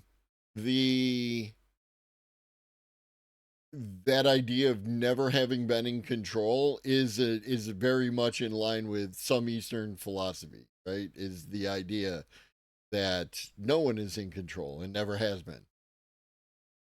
Some people, some always have bodies, and just like now in the future, some will, but there may be many that don't need bodies because they don't need to be out.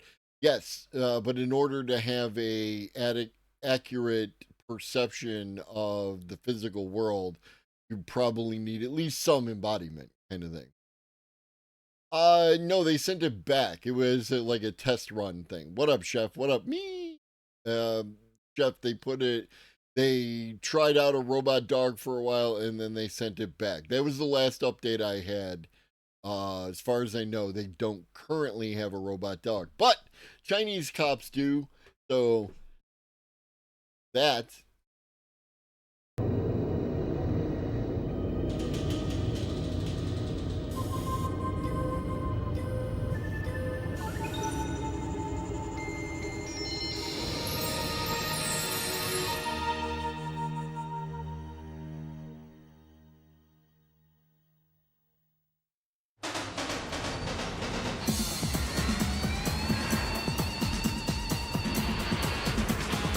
In spite of appearances, this program is not about fruit.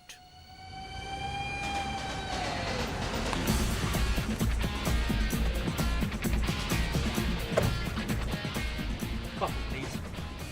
Did you know that over 150 years ago, one of the greatest scientific institutions in the modern world was set up with money from the illegitimate son of the Duke of Northumberland? A guy whose scientific qualifications included discovering a better way to make a cup of coffee. Strange, but true. But that's the way it was back then. Anybody could be a scientist, like this guy was. Name of Smithson, who gave America $2 billion in today's money because he reckoned the country needed to spread the light of knowledge. What up, Maddie? Ironic, since this program will end with knowledge of light. Oh, there's the place I was talking about, named after James Smithson, the Smithsonian. A few statistics. 140 million things in the museum collections, over 25 million visitors a year, all getting lit by knowledge. Smithson would have been proud. and research projects all over the world, including this archaeological dig in the Middle East, picking up treasures and a suntan.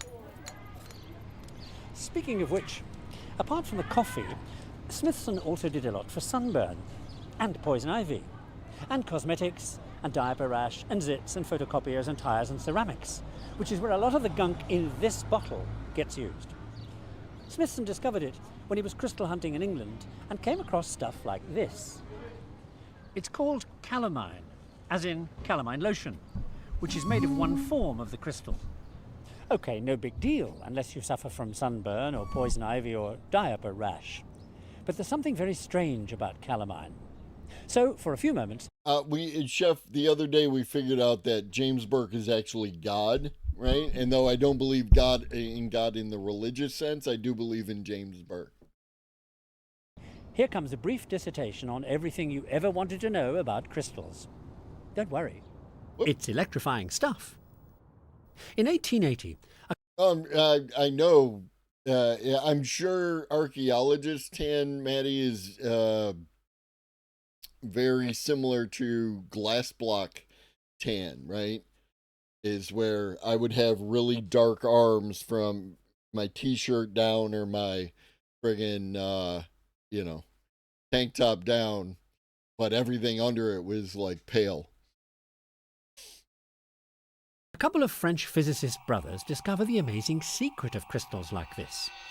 If you slice a bit out and then squeeze it, put pressure on it, the crystal changes shape slightly. And when it does that, it gives off an electric charge. And the more pressure you put on it, the more electric charge it makes. And it does the opposite. Zap it with an electric charge and it changes shape. And the bigger the electric charge, the more it changes shape. OK, now for what you can do with all this. Put two crystal slices up against each other and hit one with electricity. It changes shape, squeezes the other one, and it makes electricity. The same charge that affected the first one. So if the first crystal's affected by an electric field, the second crystal will react. The whole thing's a tiny electricity gauge. Now, don't nod off, because, as you will see, this turns out to be a tale of genius and dark passion and behaviour that perhaps can best be described as bohemian, in more ways than one. Because one of those two French brothers working on crystals, a fellow called Pierre, marries a girl called Marie, who comes from Poland, and the reason they both care deeply about where I am now, down the bottom of a mine in the Czech Republic, together with this very slightly radioactive water, is because this is where they get the raw material on which they will use their little electricity gauge and change the entire world. Here's where the raw material comes from, the northern mountains of the Czech Republic in Bohemia. And it comes out of these mountains by the ton. Here's a bit. It's called pitchblende. And before our curious couple get interested in it, it's used for colouring ceramics. And it's mined here, just outside the little town of Yakimov, down there. Oh, by the way, that use of pitchblende to colour ceramics was something to do with glazing pottery and nothing to do with my story, so I won't go on about it. Okay, in 1896, a German called Röntgen totally blows away the world of science with one of the most amazing discoveries anybody has ever seen. Well, I suppose I mean seen through. This. X-rays. So everybody immediately jumps on the bandwagon looking for more mystery rays and what you might do with them. It only takes a few weeks, and bingo, some Frenchman repeats the trick. Maddie. Only what he comes up with is even more stupefying. Because what he does is fiddle around with some of that stuff from around here I showed you before. Pitchblende. One of the things you get from pitchblende is uranium. And it turns out, if you put an object between the uranium and a photographic plate, and then leave the whole shebang in darkness, the next time you look, there's a shadow of the object on the plate, as if the uranium had been giving out some mysterious invisible light. The other thing uranium does, our Frenchman discovers, is to very slightly charge up the air around it. But this is ho-hum stuff, and nothing at all to do with the exciting mystery rays. So our Frenchman kind of ignores that bit.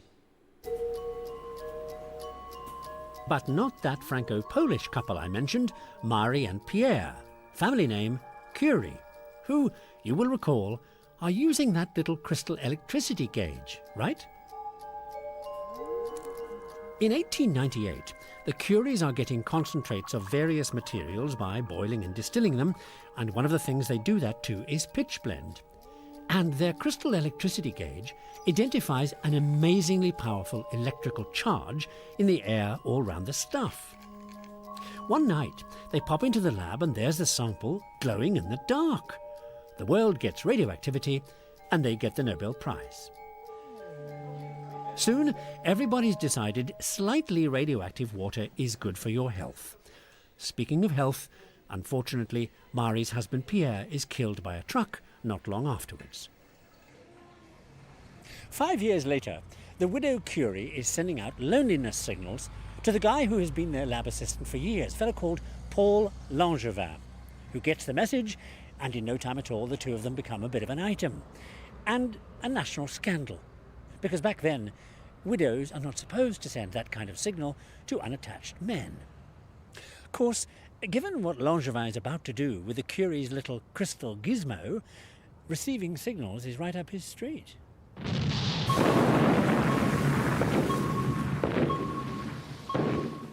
You're watching Langevin's use of the crystal right now, because that's how this submarine hunter knows when to fire her depth charges to best effect.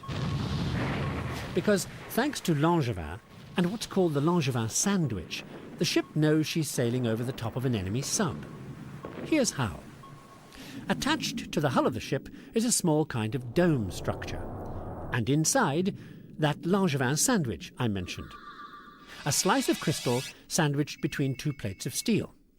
OK, you recall the crystal reacts to electricity by changing its shape each time you zap it. When that happens, the vibration caused by the changing crystal shape makes the steel plates vibrate too. And when that happens, the vibrations are really powerful and send out waves into the water surrounding the dome, like this. The waves go out in all directions, and when they hit something like a sub, they bounce back, put pressure on the crystal, and it makes electricity.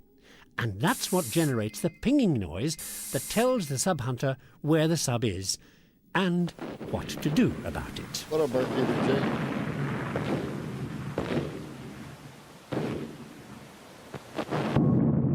The Langevin sandwich becomes known as sonar, and early in World War II, it makes life very uncomfortable for the German U-boat wolf packs lurking under the surface, and helps the Allies win the Battle of the Atlantic.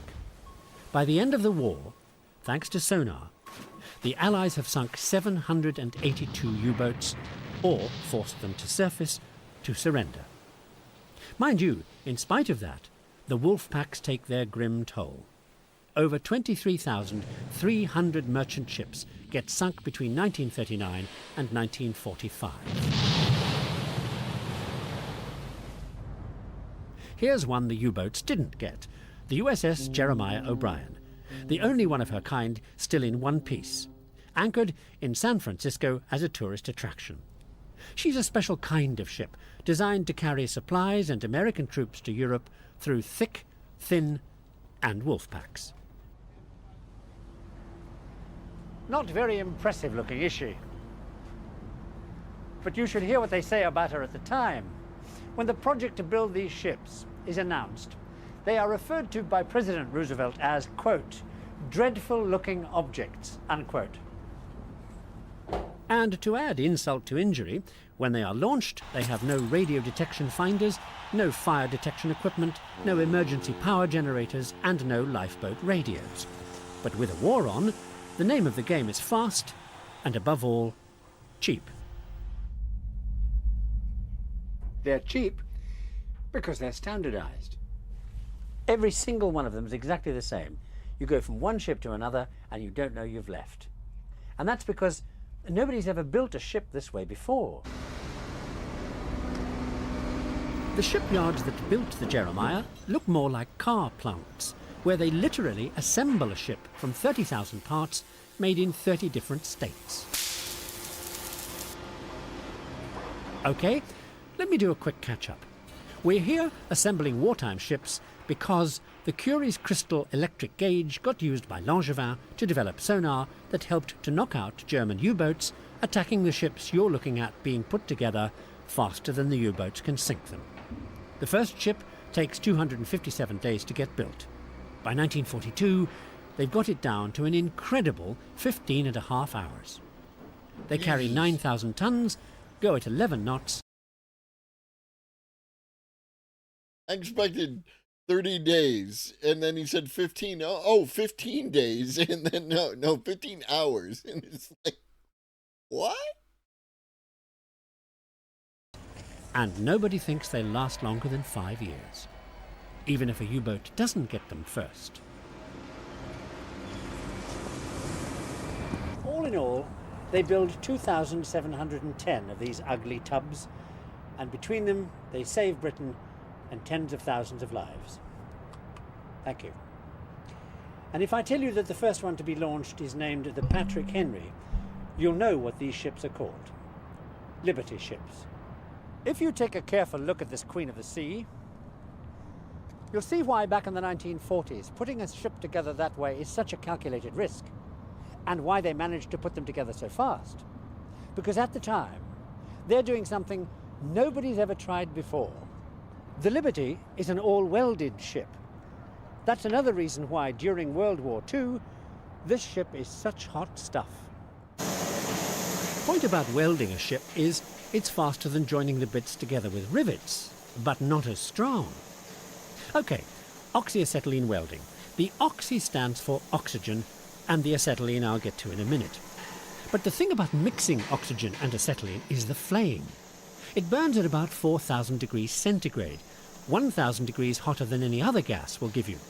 So it's great for welding the sheet steel Liberty ships are made of. So the Jeremiah O'Brien is a one-piece ship. Going aboard is quite a theatrical experience. And speaking of theatre, and the acetylene I said I'd get back to, it's acetylene that leads to this funny-looking object, which is something that changes life in the theatre, and something that puts the phrase bright lights into your vocabulary. Larry, if you're familiar with, what was that group of dipshits in the masks and khakis? Patriot Front, thank you. Last summer before, bunch of Patriot Front dudes were in the back of a U-Haul, got busted by the cops. So in that sense, yes, Larry. Because this funny-looking object is the arc light.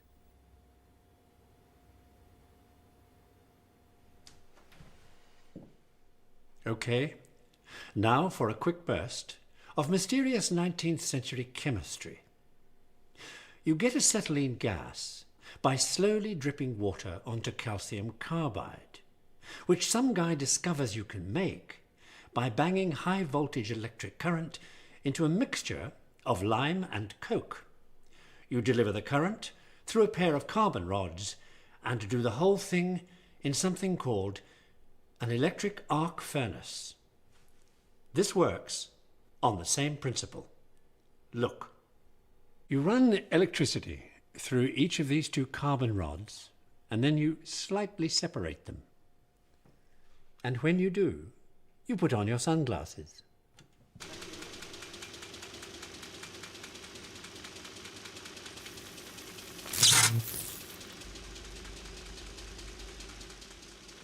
This is the brightest light in history so far, caused by electricity arcing across between these two carbon rods and causing them to burn incandescent. Keeping the rods the right distance apart as they burn away is something a Frenchman called Foucault thinks up. He calls it a regulator, And basically it uses the tiny variation in current as the rods burn away to run a clockwork mechanism that moves the rods, keeping them close together. In the theatre, the arc light is the answer to every actor's prayer. Meanwhile, Foucault has other, more heavenly ideas.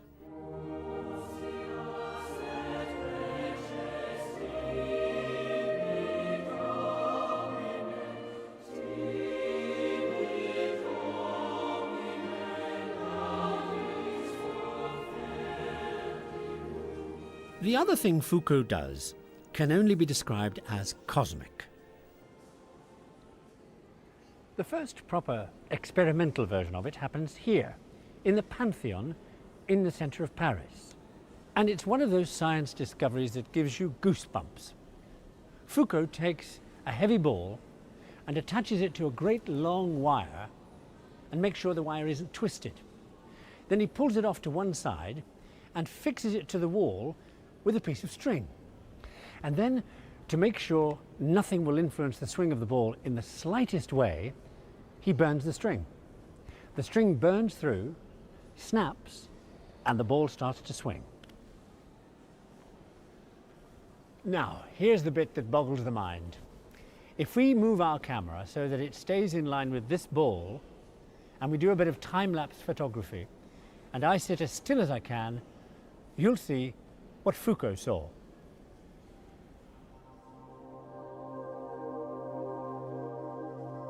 The ball goes on swinging in the same place, in inertial space, independent of the Earth. What you're seeing now is extraordinary. It's what you'd see if you were watching the Earth from somewhere in outer space. In 1851, when Foucault does this, he finally proves that Copernicus was right. The Earth does rotate. Watch it again. You see what I mean about goosebumps? This is the Earth turning. I said this was a cosmic idea because if you put Foucault's clockwork arc-light regulator together with his inertial pendulum, there's only one thing you can use them for: to save astronomers from eye strain.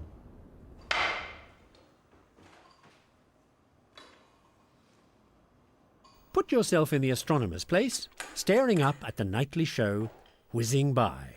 Because thanks to the fact that the Earth spins at 1,000 miles an hour, you're moving around at a fair lick, and the stars aren't. Look at a star field through a fixed telescope, and what you see is, there it was, gone. What's up, Too Old for Twitch? Yeah, this is what we do. Every Monday, Wednesday, Friday at 6 p.m., we watch an episode of Connections around 6 p.m. Some things throw it off, but it's educational, it's chill, you know. We have a good time.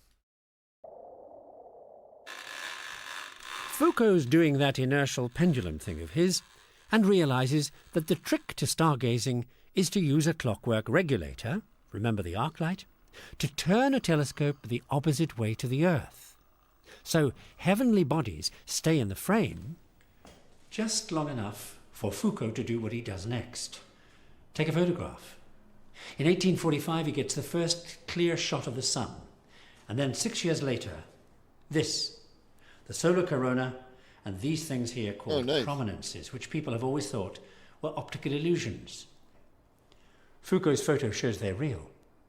And then, the first clear detail of these, sunspots, which turn out not to be mountains.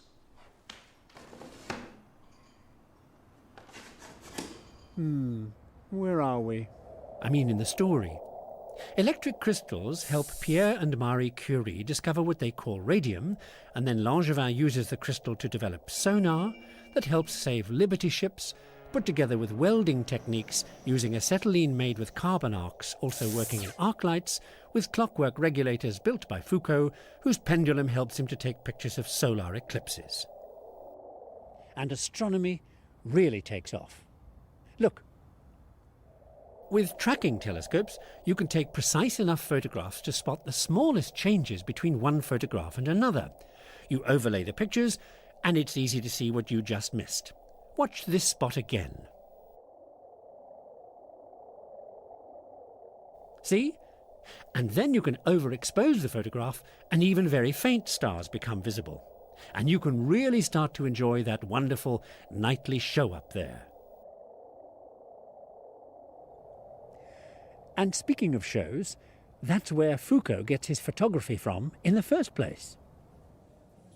Okay, this is the 1822 version of virtual reality, called a diorama, and the latest excitement for the Paris glitterati. Now, bottom left is the view the audience gets. Into a spring scene behind a cloister setting, we lower a giant gauze panel and light it to put a fog effect onto everything. Put a light on the scene itself and off the fog effect gauze, and the scene clears. Take light off the spring scene and onto the snow scene behind, and that's what you see. A painted gauze scene either shows up because it's lit or doesn't because it's not. Boring, right? Wrong. Back then, for the locals, this is boffo crazy Hollywood extravaganza stuff. And all thanks to this French fanatic for virtual reality called Daguerre. Name ring a bell? Daguerreotype. By 1840, Daguerre's next version of virtual reality, which Foucault will use in his astronomy, is something that gives people cramp.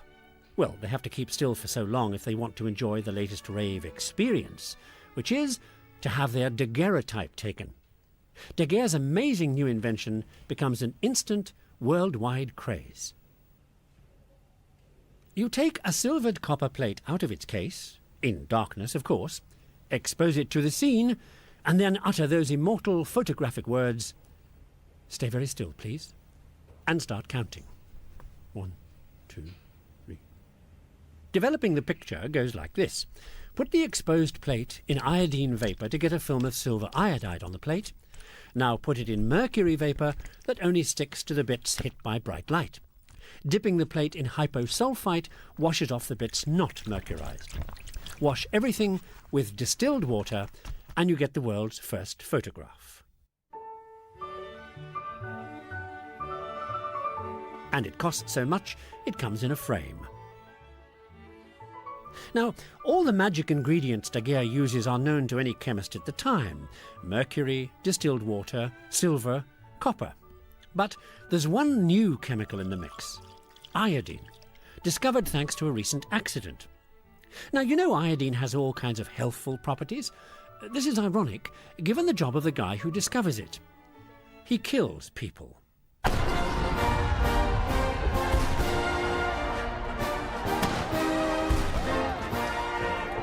In 1804, Napoleon's problem, and that of the guy who discovers iodine, is this.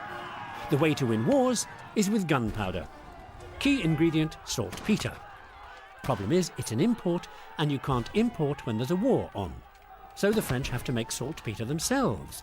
That's okay, saltpeter's made from wood ash, lime, and something Frenchmen make in abundance themselves. Dung.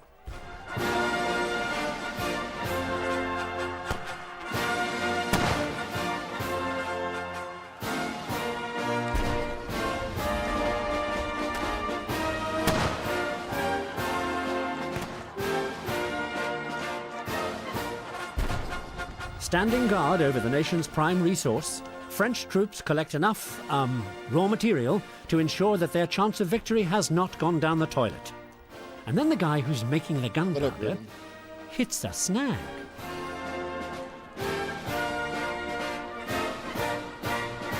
His name is Courtois, he's a chemist, and his problem is this. The wood ash he also needs, remember? But all the timber they've got is going for shipbuilding. Fortunately, there's an alternate replacement for wood ash, so Courtois gets on with making his gunpowder. And one day, his vats need cleaning out, so he chucks in some sulfuric acid, and out come violet fumes that condense to become what he then discovers is iodine, for Daguerre to use in his photographs. The reason for the fumes is what Courtois has been using as a replacement for wood ash.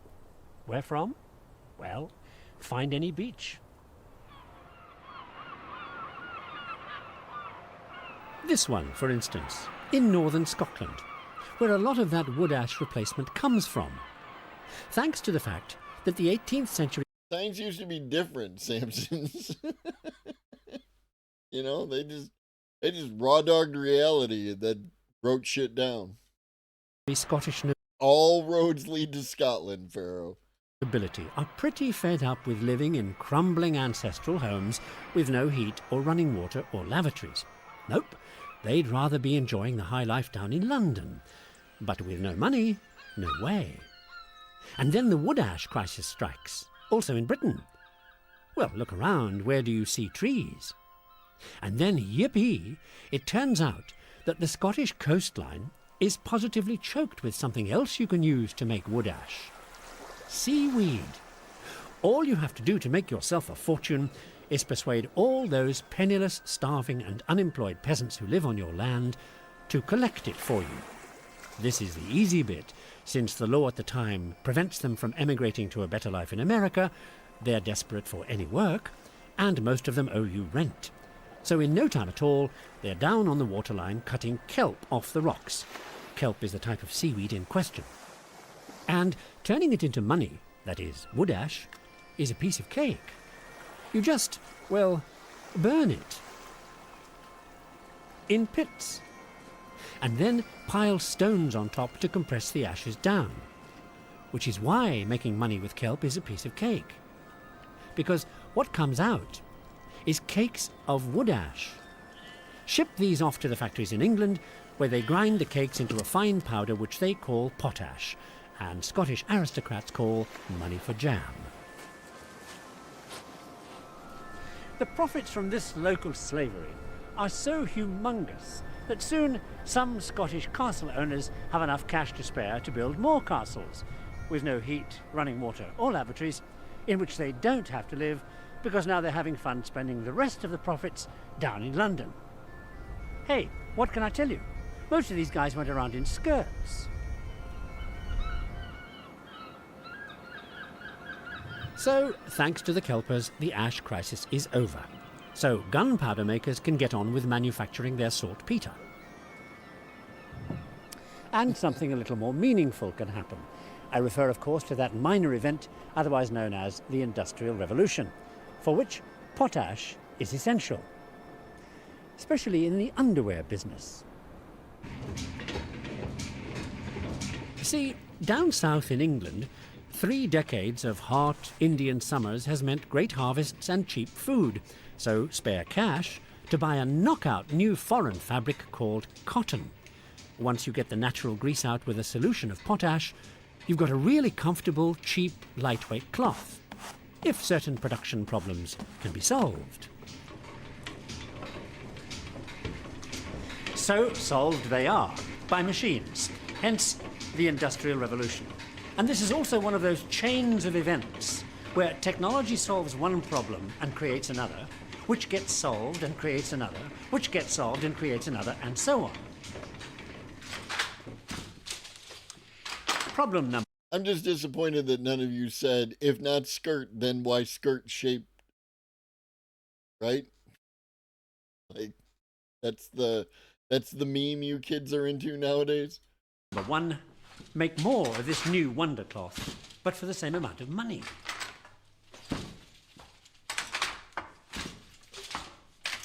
So in 1753, they automate the weaver's shuttle by putting it on little wheels and tying a bit of string to it so the weaver can tug it backwards and forwards. This simple little gizmo doubles output at a stroke, so that's problem number 1 solved. Problem 2, the thread makers can't make thread fast enough to keep up with this new weaving speed. So in 1776, they automate the way the cotton wool is drawn off bobbins and pulled out into thread. So the old thread making by hand problem is solved, and the old thread makers are out of work. But hey, that's progress, right?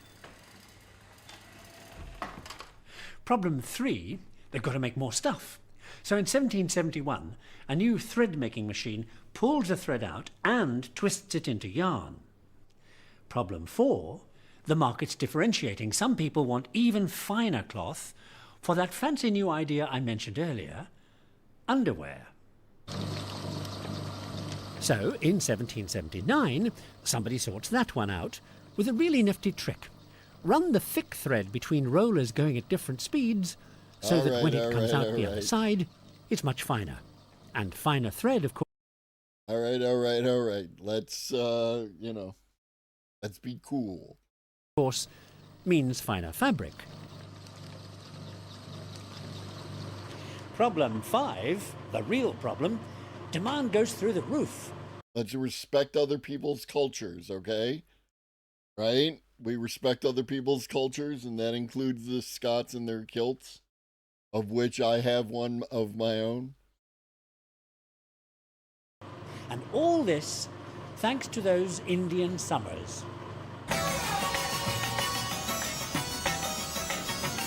The other place they have Indian summers is India, where the cotton comes from. Places like Madras, founded by the English.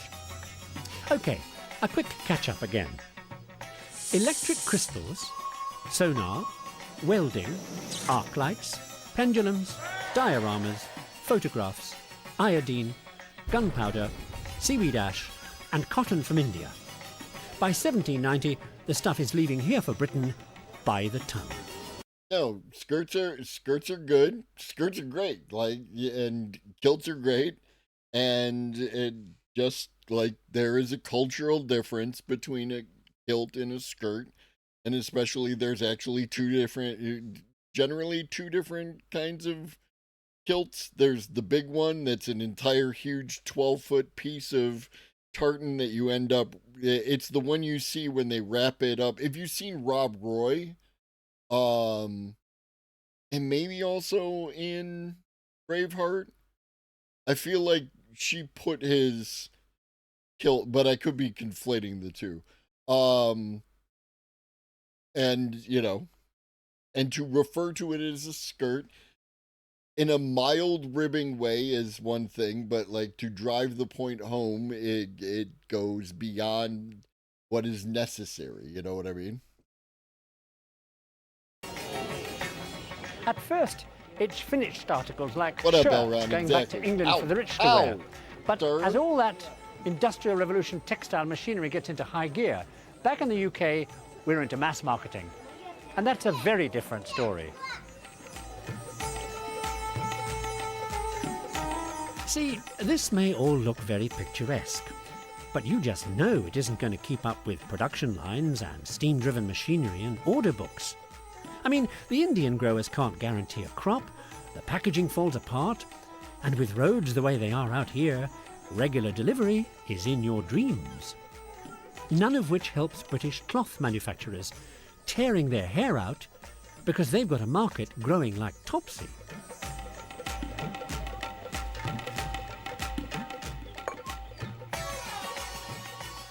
And it's also the bit that you throw over the shoulder can also be converted into a hood. You can tuck yourself inside it to keep warm. It is quite a versatile in a similar way to as was mentioned earlier, the toga, but also like robes in the Bedouin culture, if somebody has clothes, there's probably a reason. It's enough to turn an English mill owner to drink. Fortunately, bootleg gin saves the day. No, not this kind. The kind invented around 1793 by a penniless American called Eli Whitney. A cotton gin, a machine that takes the seeds out of cotton automatically. A bit like that.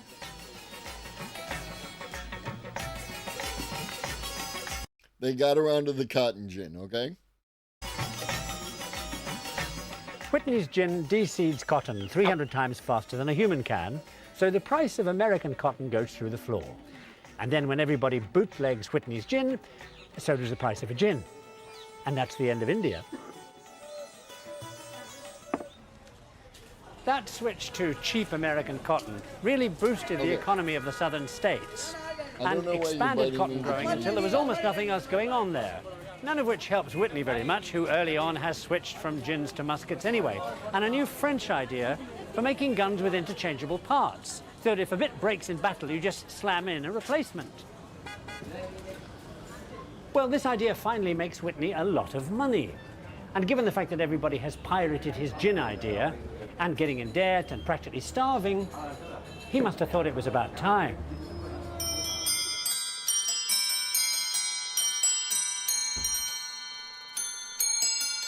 Okay, so you saw it coming. Yes, time clocks. And back then, clockmaking is a very time-consuming business. Till Eli Whitney's interchangeable parts idea gets around. And suddenly, now everybody can know what time it is. Because with a few lathes and patterns and measuring gauges, you can churn out cheap wooden clocks made of interchangeable parts till it's time for the cows to come home. In 1816, a young fellow named Chauncey Jerome sets up shop in New England and uses the same technique. But this time, instead of wood, he uses sheets of brass and gets machines to cut out the patterns for each bit by the thousand. Jerome's production line approach turns the household clock into the world's first consumer durable. And since these brass clocks only cost him 50 cents to make, and they can sell for 5 times that, financially speaking, Jerome is going to be in like Flynn. This is a Jerome clock. Nice, isn't it? You may even have one in your family. Wouldn't be surprising, given the fact that in 1 year, Chauncey's factory turns out 200,000 of them. And by the end of his life, he sold millions all over the world, from London to Sydney. So he ends up rich, right? Wrong. Chauncey's too successful. So when there's a dip in the market, he has to take out a gigantic loan from a fellow who's recently made rather a lot of money. A little bit later on, when this guy discovers that most of his money is being used to pay off Chauncey's debts, well, he pulls out, declares bankruptcy, and for Jerome, time has run out.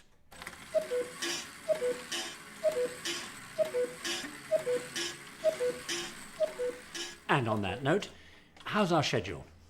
Smithson's crystals, Curie's radium, sonar protecting ships welded by acetylene that leads to arc lights and pendulums so stargazers can photograph the sky, with daguerreotypes using iodine from seaweed, which gets burnt for potash used on cotton, which is processed by the gin invented by Whitney, whose interchangeability ideas kick off poor old Chauncey Jerome.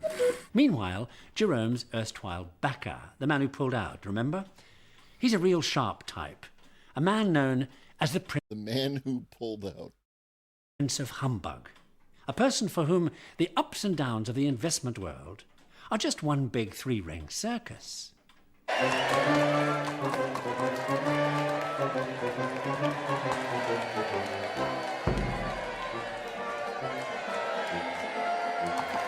The 3-ring circus is, after all, always associated with Monty Python. Invented by the Prince of Humbug, a.k.a. P.T. Barnum, who starts in showbiz with a freak show. Then he finds a 2-foot-high man he calls Tom Thumb and shows him off to European royalty. But in 1880, his pièce de résistance is the greatest show on earth.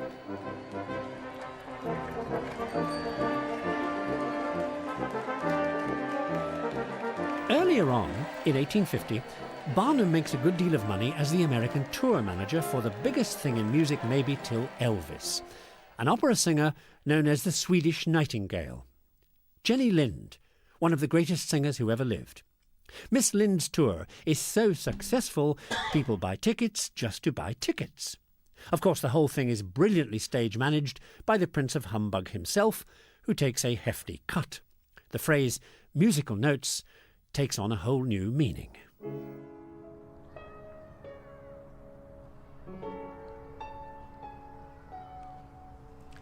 And speaking of notes, another musical genius with an interest in cash gets an offer from London to write an opera for Lind, which he jumps at because foreign commissions like that pay 7 times what he gets from La Scala back home in Italy.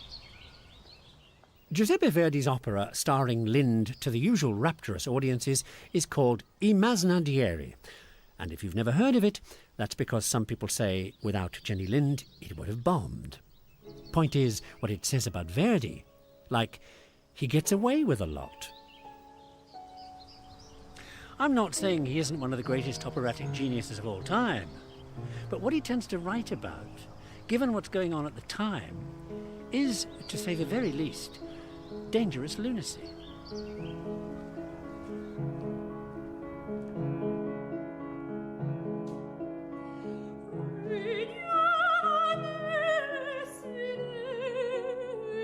Let me tell you about what's going on at the time and why Verdi's a lunatic.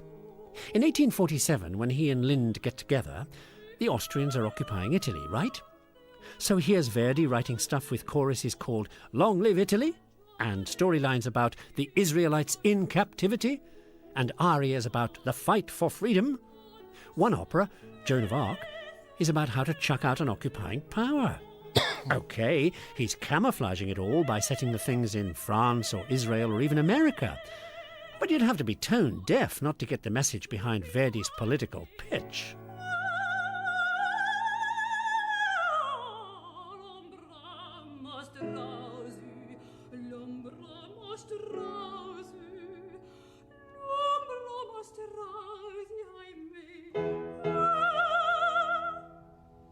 About the only word missing from all this nationalistic libretto stuff is the word get it. You see the point. I mean, it's a wonder Verdi makes it to the podium, let alone stay out of jail long enough to receive a letter in 1869 from the Cairo Opera House asking him if he'll whistle up a new opera for His Excellency, the Khedive of Egypt.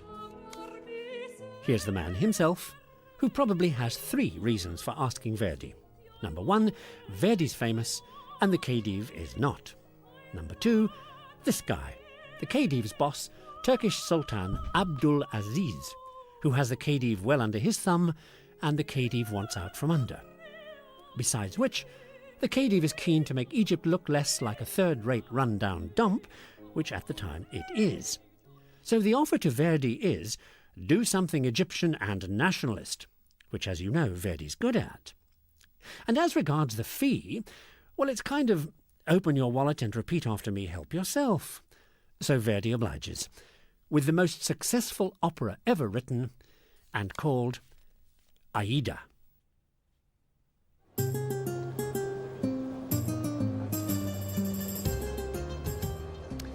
Unfortunately, Verdi delivers Aida too late for the Khedive's 3rd reason for asking him, which is to celebrate the inauguration of another great Egyptian showpiece, the Suez Canal. When it opens in 1869, it's the 9th wonder of the world. It brings East and West 6 weeks closer because now you don't have to go around Africa. And it brings Thomas Cook into the story, because Cook is one of the nobodies who goes to the opening of the canal. Now, the red carpet gets rolled out for princes and ambassadors and assorted entertainment megastars, but rubberneckers like Cook get to pay their own way and to spend a day here on the Mediterranean island of Malta en route. Not long afterwards, Thomas Cook Limited are starting to run the Cook's tours they've done ever since, and they've opened an office here in Malta. And of course, one of the tours they're offering is Egypt, and of course, the canal, which, as 9th wonder of the world, is well worth your package to $1. Let me show you what you get for your money.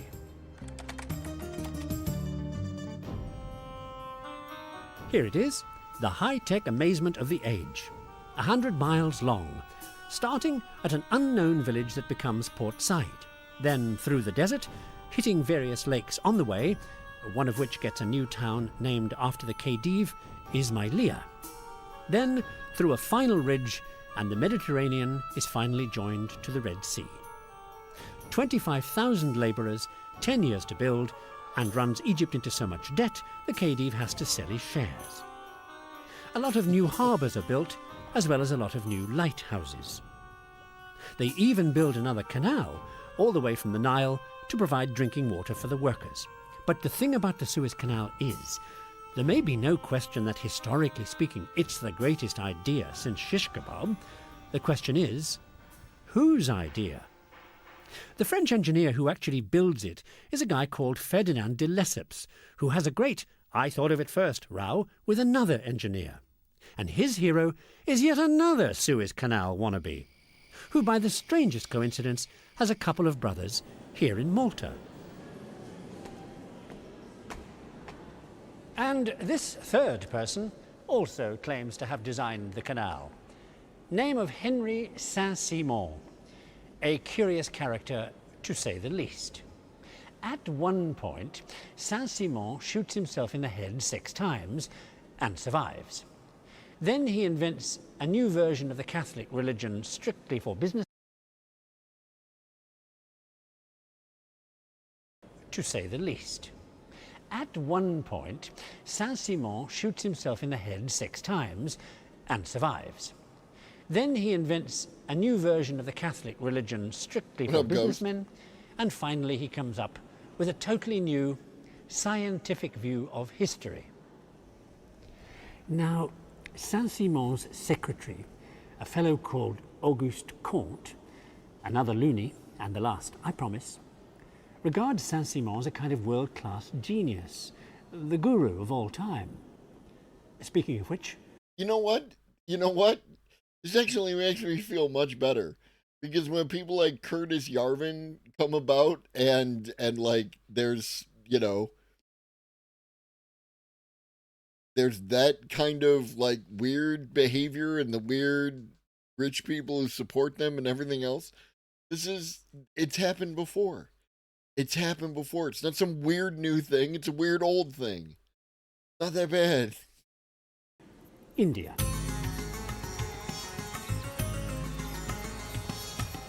Now, Auguste Comte never actually visited India. He married a hooker and lived unhappily ever after. But India illustrates Comte's ideas rather well. Well, that's my excuse. And now for his world-changing contribution to science. Comte follows up on Saint-Simon's scientific view of history. Look around you, he says, at museums and such, which we don't have to because what Comte is talking about is all around you here in India, and you see that humanity's gone through 3 historical stages. To start with, we all go through the theological stage, with this kind of stuff. Gods and spirits and other such supernatural mumbo-jumbo, says Comte. That's the first of the 3 stages of development. The second is what he calls the metaphysical stage, the half-theological stage, when people discover how to harness the basic forces of nature, like steam power, for instance, or gravity, electricity, or magnetism, with some form of God kind of pulling the levers behind the scenes. And finally, says Comte, we get to the scientific stage. No mumbo-jumbo, no hobgoblins, no deities writing the laws of nature, just rational, scientific observation of how all the bits of the world fit together. It could be that. It could be that they actually just had a poor relationship. I don't have enough data to answer that question. The thing is, back at the theological stage of development, there's no way people can be scientific. There are no instruments that you would call instruments.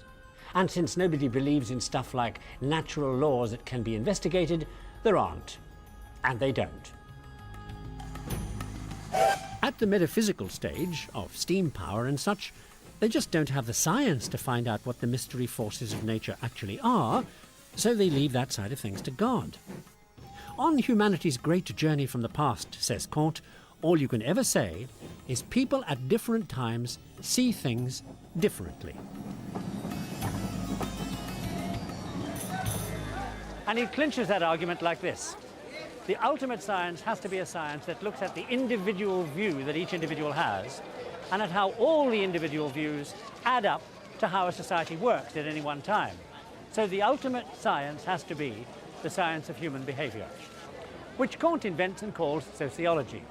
And he says when you're looking at how a person functions, all you can go on is their view of the world, and that depends on their point of view. There are no absolutes.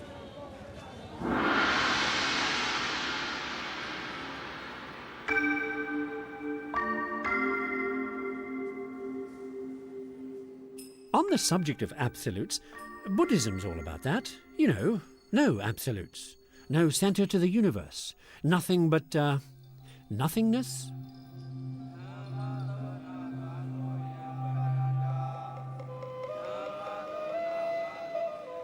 Buddhism is attractive to the guy who takes over from Kant, because Buddhism represents a point of view that kind of says there's no point of view. The fellow who turns that into a science is the professor of physics at the University of Vienna in 1895, Ernst Mach, famous for his popular science lectures. One of which is not a million miles from what these shows are all about, the accidental nature of discovery. Anyway, Mach takes Kant's ideas to their logical conclusion.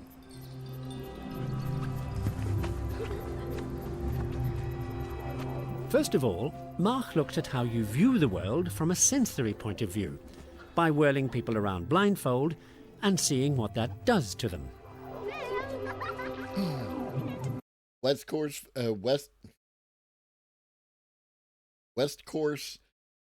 420. Smoke 'em if you got 'em. Then Mach decides to take on bigger things, like how you view the entire universe. Take Newton's apple, for instance. Say you drop the apple. Okay, no problem. Here it is, falling. Except, due to the fact that the Earth spins as it travels in space, the apple's really going this way. Unless, that is, the solar system happens to be turning like this as it travels through space, so that the apple's doing this. Mind you, if our galaxy's turning, then the apple's really turning. Unless our local section of the cosmos is going this way, in which case that's what the apple's doing. Unless the universe is expanding and contracting. So, unless you know your frame of reference, you can't say the apple's falling. Or say anything. You see the Buddhist connection. Without a frame of reference, all you get is the local effect, which is no use to anybody. Certainly not the hard heads in science. So Mach comes up with a view of how to view that somebody else calls Mach's principle, and that says everything in the cosmos is affected by everything else, which means that anything you ever experience is going to be strictly relative. You've already guessed, I'm sure, who the somebody else is. The most famous scientist ever, who writes Mach's obituary and who says all physicists get Mach in their mother's milk, and who turns all this philosophy and science and history and stuff I've been on about into an idea that you could say puts the totality of only everything, everywhere, into an entirely new light. Albert Einstein's the name. Relativity is the game. See, Einstein reckons that if everything in the cosmos is affected by everything else, then that should include everything, including light, which Einstein reckons is affected by gravity. Now, there's only one way to check that. So on May the 29th, 1919, they do. With this. An eclipse. Here's the partial eclipse track, and here's the total eclipse track. So here, on Prince's Island, they photograph the moment of total eclipse, when, because of the darkness, the stars are visible in the sky. Now, earlier on, they've taken a shot of the same stars when the sun wasn't in the sky. Look, here's a couple, see? Printed black on white to make them easier to make out. Now, here comes the incredibly minute bit of detail that so often changes the course of history. They come back from Prince's Island with this photograph. Remember, it's all black on white. There's the eclipsed sun, and there's those two same stars. Now, because everything's so incredibly small, you blow those pictures up 300 times, and you get this. Here's one of the stars when the sun wasn't in that bit of the sky. And here's the same star when the sun was there. See that tiny shift? That's because in the eclipse photos, the light from the star is coming past the sun and being bent by the sun's gravity. So the star position seems to change. Thanks to that minute displacement, everything in existence has changed. Lower your shields and surrender your ships. We will add your biological and technological distinctiveness to our own. Resistance is futile. What up, Raiders? What up, Michael? What up, Heat? What up, ADT? Welcome in, welcome in. We are just finishing up this episode of Connections, and then we're going to get right back into the AI content. Probably be just a couple more minutes. Also, go follow ADT. One of my it's one of the places I can be found. So if you think I know what I'm doing, then you should follow me. Well, that's it. Thanks to the Smithsonian and sonar, welding, What up, I'm just me. ash from seaweed, Pro kilt, pro cats, pro stitute, joke. We're pro sex worker. We're fairly pro. We like to be pro in this channel. interchangeable parts for clocks, the world of opera, gurus, and Einstein's theory of the gravity effect. Pro cheeks. We've come from the light of knowledge to Pro the knowledge of Comte's light. wife. Because of which, Pro weed. it's Einstein's universe now, not Newton's anymore.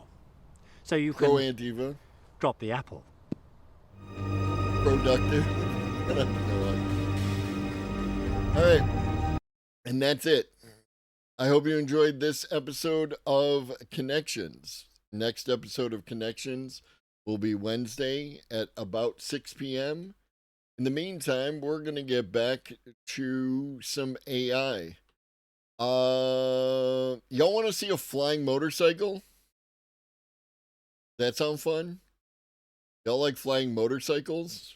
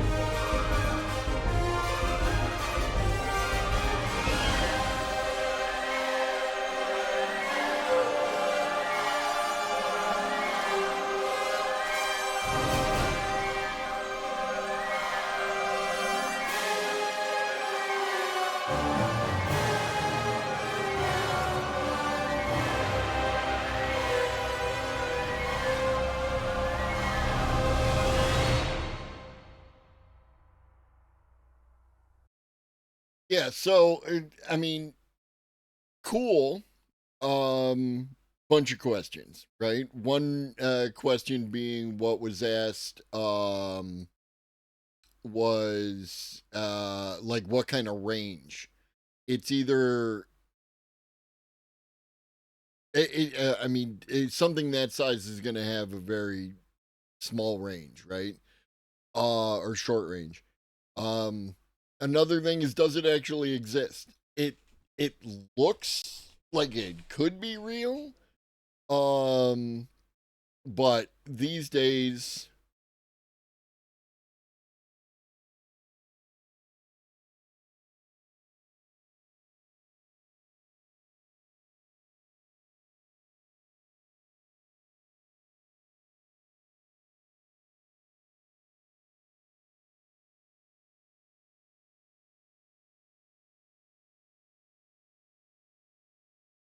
I mean, if it's fake, it's a really good fake, because you didn't see any shadows from like a helicopter, and you didn't see anything of like, you know.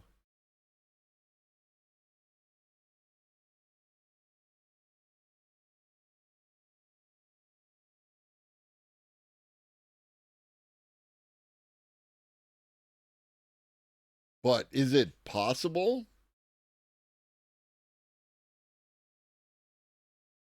Sure, right?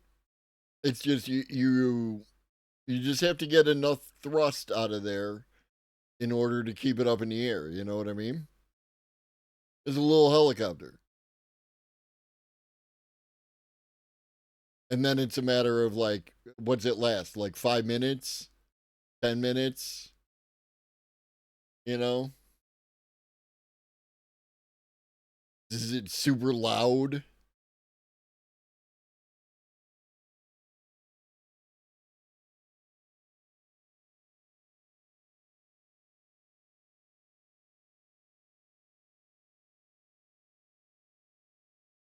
I don't know.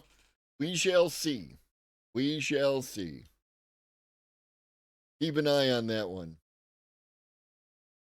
All right. Next up, we're getting into the everything is computer cycle. A group of researchers decided to give the living robots a brain. Look, I still think it's weird that these guys were made, and we're all just kind of okay with that. Essentially, if you take skin tissue from a frog and then let it grow on its own, they turn into these weird little mobile robots that can reproduce. They display somewhat intelligent behavior, they can gather up materials, and they move. Evidently, the Pac-Man shaped ones do the best. They make the most offspring and they move pretty effectively. I've always liked the ones with 4 legs the most. Maybe it's just familiar to me. As a reminder, these guys will never turn into a frog.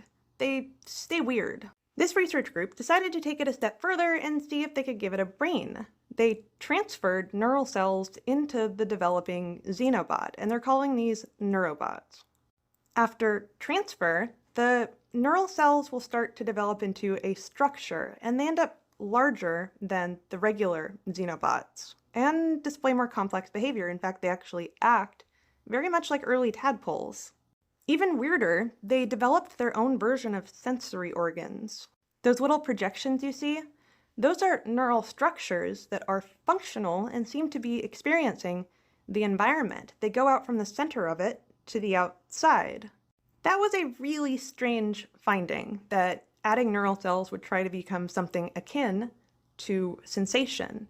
Of course, it was weird from the start that taking skin tissues would not just turn into a frog, but turn into a weird little structure that, can move and have behaviors. You can see our little neurobot just swam in a circle for about 10 minutes there. Aside from just being incredibly strange, I don't know a lot of applications that these guys could have. Some people have suggested things like bioremediation or turning them on tasks, programming them. Others have suggested that it could give us information on how early life developed on Earth, multicellular life, how early animals might have reproduced, because these guys can reproduce. In my humble opinion, this demonstrates a sort of localized intelligence. Do not take that too far, okay?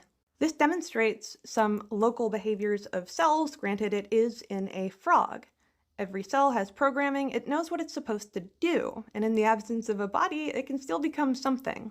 I think this also ties neatly into the local organization of tissue types for robots. We know that artificial intelligence is not very good at operating a squishy body. Localized clusters of neurons, kind of like ganglions, could help them operate it. That could be really important for making artificial limbs that function similarly to our own. The thing about science is that it's a bunch of puzzle pieces all coming together. You never know where one thing will lead to. The evidence that you can apparently assemble an organism in piecemeal and it will not become that organism but something else entirely, sure, it could be localized to frogs. It's weird and very creepy, but it is fascinating. As it turns out, just about anything can be a computer, and that includes slime molds, blood, your body. We'll talk about it. Do you guys remember when some researchers decided to put fungus in charge of a robotic body? Yeah, they gave it UV light, and it doesn't like UV light, so the random electrical impulses taught them how to move the body of the robot, and it got better at it. And yeah, they gave it a little car for some reason. Same group who decided to make a Terminator skin out of fungus. Why did they use a Terminator body? Because researchers have a sense of humor too. People ask all the time, do scientists watch sci-fi? Yes, they do. They get inspiration from it. Now, what this research group tried to do was build a practical computer from slime molds. Turns out, well, yes, they can technically operate a robotic body. They can also be used as memoristors. I'm sure you've seen people put electrodes onto things like plants or fungus and have them play music, but it's just coming from random impulses. Well, you can go farther than that. Like the little robot bodies, they can remember what happened to them, even use it to their advantage. In this case, the natural electrical impulses that they have along their networks ends up creating stronger signals. So in essence, they remember, and that can be measured. Not too dissimilar to how our brains work, having an impulse is something that is remembered and becomes stronger. Our brains on their own are memoristors. Your own DNA, in essence, is a computation system. It stores information, translates it, and provides you with a body. But you can also encode information into DNA. You could turn your personal... So, question for y'all is, are you more comfortable with a silicon-based AI inside a metal and plastic robot, or a brain organoid-based AI inside a biohybrid robot? fingerprint into a cipher if you wanted to. DNA storage is perfectly viable, and it would degrade over time as you got mutations, but so does all information. It degrades over time. At least you're powered by food rather than electricity. Actually, you kind of are also powered by electricity. That's why we can interface things like the tiny human brains that you can grow in a literal jar if you want to with computers. And I know you guys are tired of hearing that phrase, but I have friends who actually work with brain organoids, and they hear my voice in their head, and I love that. I live to haunt. I have always been a proponent of borrowing from nature. When we try to engineer something that looks like a natural system, oftentimes we go about it the hard way. We can plagiarize from nature or even steal from nature and use biological systems, but I'm a fan of things that are inspired by nature. The idea of using things like tiny human brains or other natural systems as computers has led to a lot of questions. If an AI system can accurately predict human behavior, are we any better than them? We may actually just be stochastic parrots, just like AI is. We can see that as AI terms have entered our lexicon, our vocabulary. Yes, AI-isms have already changed us as we have changed them. We have the benefit of randomness, but every now and again we do misbehave, and that's not all that different than artificial intelligence systems. I know AI is not all that smart, but it is catching up. One of the major problems that I've discussed here is AI can't run a soft, fleshy body very well, unless you give them a virtual brain. AI is rapidly catching up in the ways that it is smarter than people already, like being able to do complex linear equations in seconds. Maybe it's misguided, but I do want to see human beings create something that will surpass them. We've had the planet for a long time. My question, do you think it'll be fungal, biological, or something entirely artificial? AI is becoming a lot more polarizing. So yeah. For some of you, you now have a new existential dread, and for others, you have your Samsons. I think once they are sufficiently advanced and we have we can communicate with both, we can ask the question: is this just pure torment for you? Yeah, but it's whether or not we'll listen, right?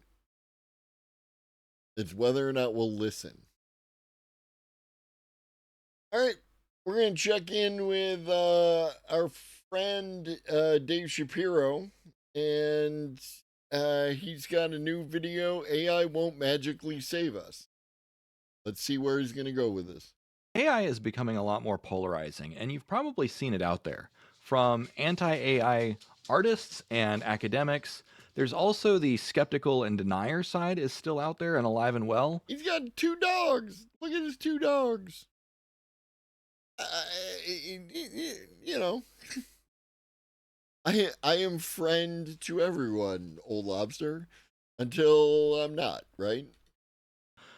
We might say that doomerism is in decline. All data indicates that doomerism peaked around 2003, the end of 2003 specifically, and has been declining ever since. But one of the things that I've noticed is that techno optimism is on the rise, but there's also, I wonder if it's an overreaction to doomerism, and it's almost like the polar opposite, where the doomers thought that AI was certainly going to kill everyone and there was no way. I mean, I just let people come out their whole face, Samsons. Like we kind of literally just watched the Robert Miles cartoon from earlier.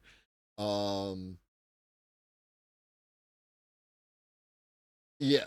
And maybe I don't know. Maybe 2003 was a real big AI doomer year, and I'm just not aware of it. Maybe I'm the one who lacks data Around it. But what I've noticed on a trend that's on the rise is it's something that goes beyond techno optimism, and it's what I call a salvation fantasy. Now, the term salvation fantasy actually comes from PTSD research. So, a salvation fantasy is when someone believes or hopes that there's going to be some magic pill or silver bullet that cures them of their PTSD symptoms, whether it's flashbacks or nightmares or that sort of thing. But in the case of PTSD, it's a lot of hard work. Ask me how I know. In the case of improving our lives, it's not just about, getting to AI is going to magically solve, the economy one day and get rid of money and get rid of all disease. It will do a lot of good things, but it's going to take a lot of hard work to get there. So that's kind of what I wanted to talk about today in my unstructured ramble. Before I get in, I'll just give you a really quick heads up. All of my communities are now set to $5. So my Patreon Discord, that's always been $5. So if you just want a nice gate-kept community where you can shoot the breeze and talk about AI.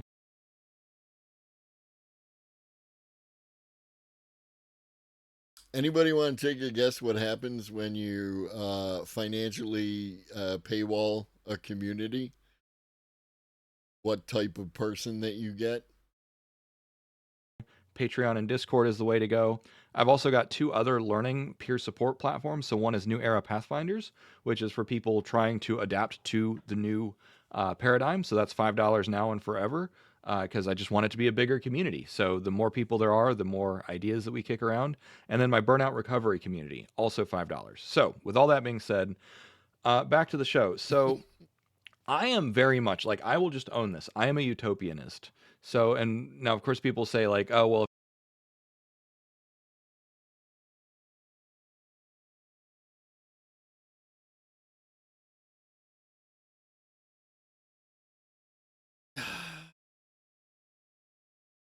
Like maybe he's the utopianist.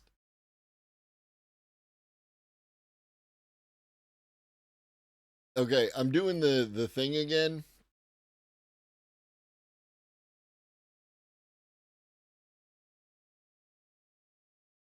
So we have 5 visible hexagons, and none of them are aligned with each other. And hey, maybe that's intentional, right? Maybe I'm the one feeling uncomfortable. You see 7? Where's the other 2? I think this is a speaker or something. This is a guitar, and then there's 1, 2, 3, 4, 5. Little nubbin up here. The other, I'm sorry. So there's 8. There's a little one up here at the top. I don't know. Maybe this is what you do, because I assume what these are noise canceling, right? Like they're those joints. What up, Iggy? That you put on the wall to, like, that kind of sound deadening. Thank you. And maybe if they are like aligned with each other, that it makes it not as good. But yeah, I'm uncomfortable. I'm uncomfortable as fuck. Oh. Focus on David. If you put the cart before the horse, utopia is never better than what you think. Your grass is always greener, and I fully agree. When you have a utopian vision and you use that to say the ends justify the means, that's when you get stuff like, What up, Soviet Gianluca? Russia and gulags, and you get what's happening in China right now. The reason that I'm sorry. for instance, these nations What have, was that about China? and you use that to never better than what you think. Your grass is always greener, and I fully agree. When you have a utopian vision and you use that to say the ends justify the means, that's when you get stuff like, Soviet Russia and gulags, and you get what's happening in China right now. The reason that, for instance, these nations have done things like, getting rid of all the intelligentsia and killing all the bourgeois is because their utopian vision is one of an agrarian society. So they say the perfect society is an remember, I said something about when you have a community that's gate kept by $5, what kind of community you end up with?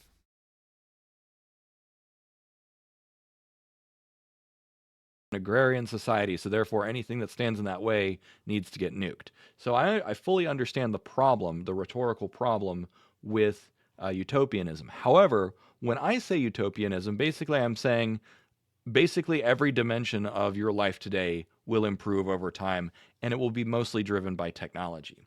So here's what I mean is, if you go back 200 years, then, I would have been dead several times over from everything from infections to wounds and that sort of stuff. So it's like, if you're my age or older, there's a good chance that you wouldn't even be alive 200 years ago. But then also, for people that are skeptical, like the Neo-Luddite movement, it's like, okay, if you don't like technology so much, turn off your air conditioning, get rid of your car. None of them do. And so That's a terrible argument. That's communism, but cell phone though, right? Like that kind of, so it's a bad argument, David. kind of the belief that a lot of us techno-optimists have is that technology is one of the primary things that improves quality of life over time. Certainly in my case, I'm able to now work from home talking to a... I'm just checking in, Maddie. It's a 10-minute video. I'm just checking in, right? Like at one point in time, we used to watch a bunch of Dave Shapiro. And over time, he has gone on a particular route. And I'm just checking back in. He's got some good ideas. He's just got that, communism derangement syndrome. Camera, and I don't have to deal with people at an office, right? So I love technology. I love the fact that I have a 4K webcam right here that I'm talking to you with. I love that the internet is... Absolutely. Like there is a critique of idealism, right? It's just, where does that take you within that critique? And it also requires, now I'm not one to do whataboutism, especially as it comes to, because people do that all the time where they bring forth, oh, you want to critique China? Why don't you take care of your own country first? No, I'm going to critique both. I don't give a fuck. I'm going to critique everybody, right? If we're talking about a thing, we're going to critique it. Critique them all, right? No sacred cows, no gods, no masters, etc., etc. But the implication, right? What is the implication that you want to critique the former Soviet Union and China, but not critique capitalism, right? Not critique the United States in that same context. Now, maybe he doesn't believe that capitalism is utopian. I don't know what else you could really call it, the idea that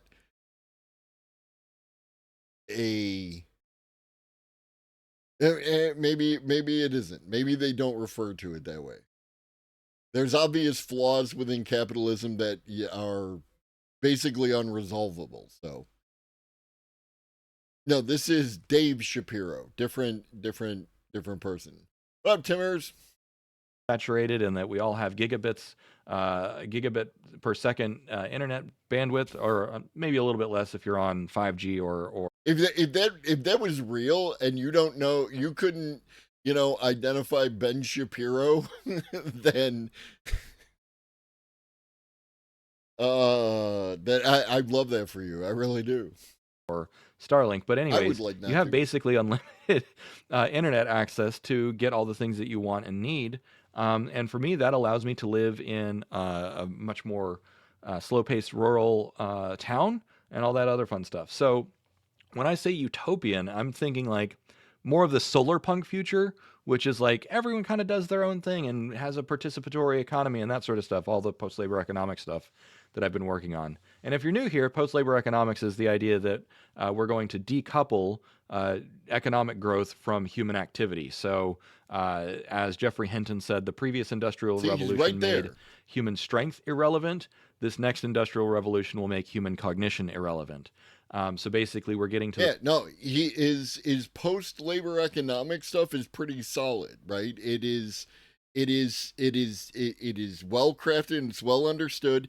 It's just as soon as he runs into the concept, he's afraid of the word communism, right? Which is why I do the thing where I say, fully automated luxury communism, or ice cream sundae, fucking fantastic, whatever. You can call it whatever you fucking want.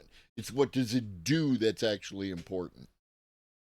The point where we're saturating the market in terms of dexterity and cognition. Got two M's in a row. With the 1-2 punch of robots and AI. There was another really interesting article that came out from the guys who wrote AI Snake Oil. It's up on their Substack. It's pretty easy to find. It's just... And no. Those guys are AI Snake Oil themselves. Those fucking guys are sponging off people because of like the anti-AI and the concerns about AI and everything. They're full of shit. Just Substack AI Snake Oil. And that's, at the time of recording, it's their latest blog post. But one of the things that they said that I thought was amusing is they said it's not unreasonable, or it's not crazy to think that O3 is AGI, but that says more about AGI. And they actually said, they echoed something that I have been saying, which is AGI is mostly a semantic construct. It is a social construct. It's not a definition of anything. It's not even a mathematical model of anything.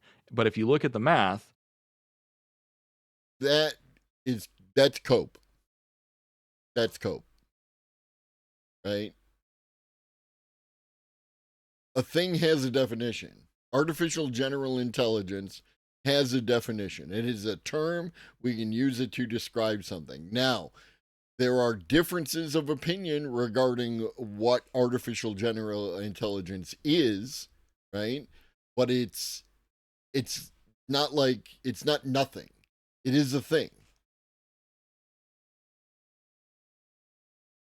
If you look at the actual data, AI is just on a nice hyperbolic or exponential or double exponential curve up and to the right. So AI is getting better over time.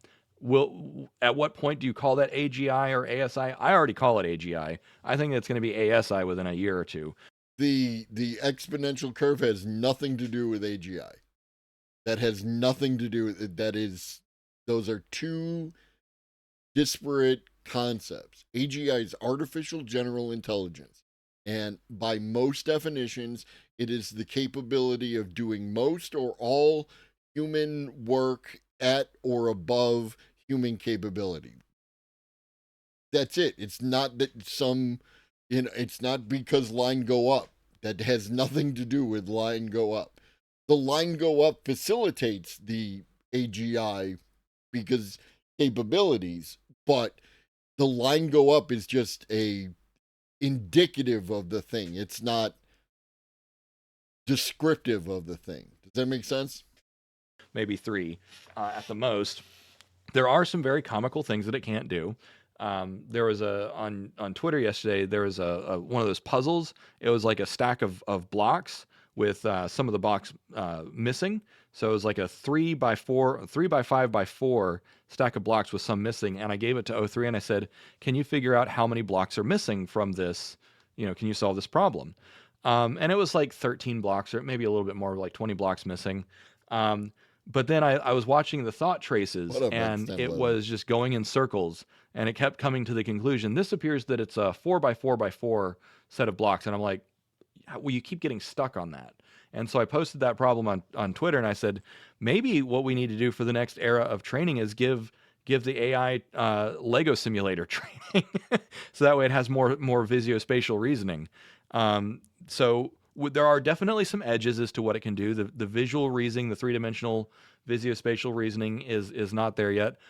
And this is, again, going back to earlier talking about embodied AI. This is why AI is going to be embodied, so that it can operate in a 3-dimensional space that's not simulated.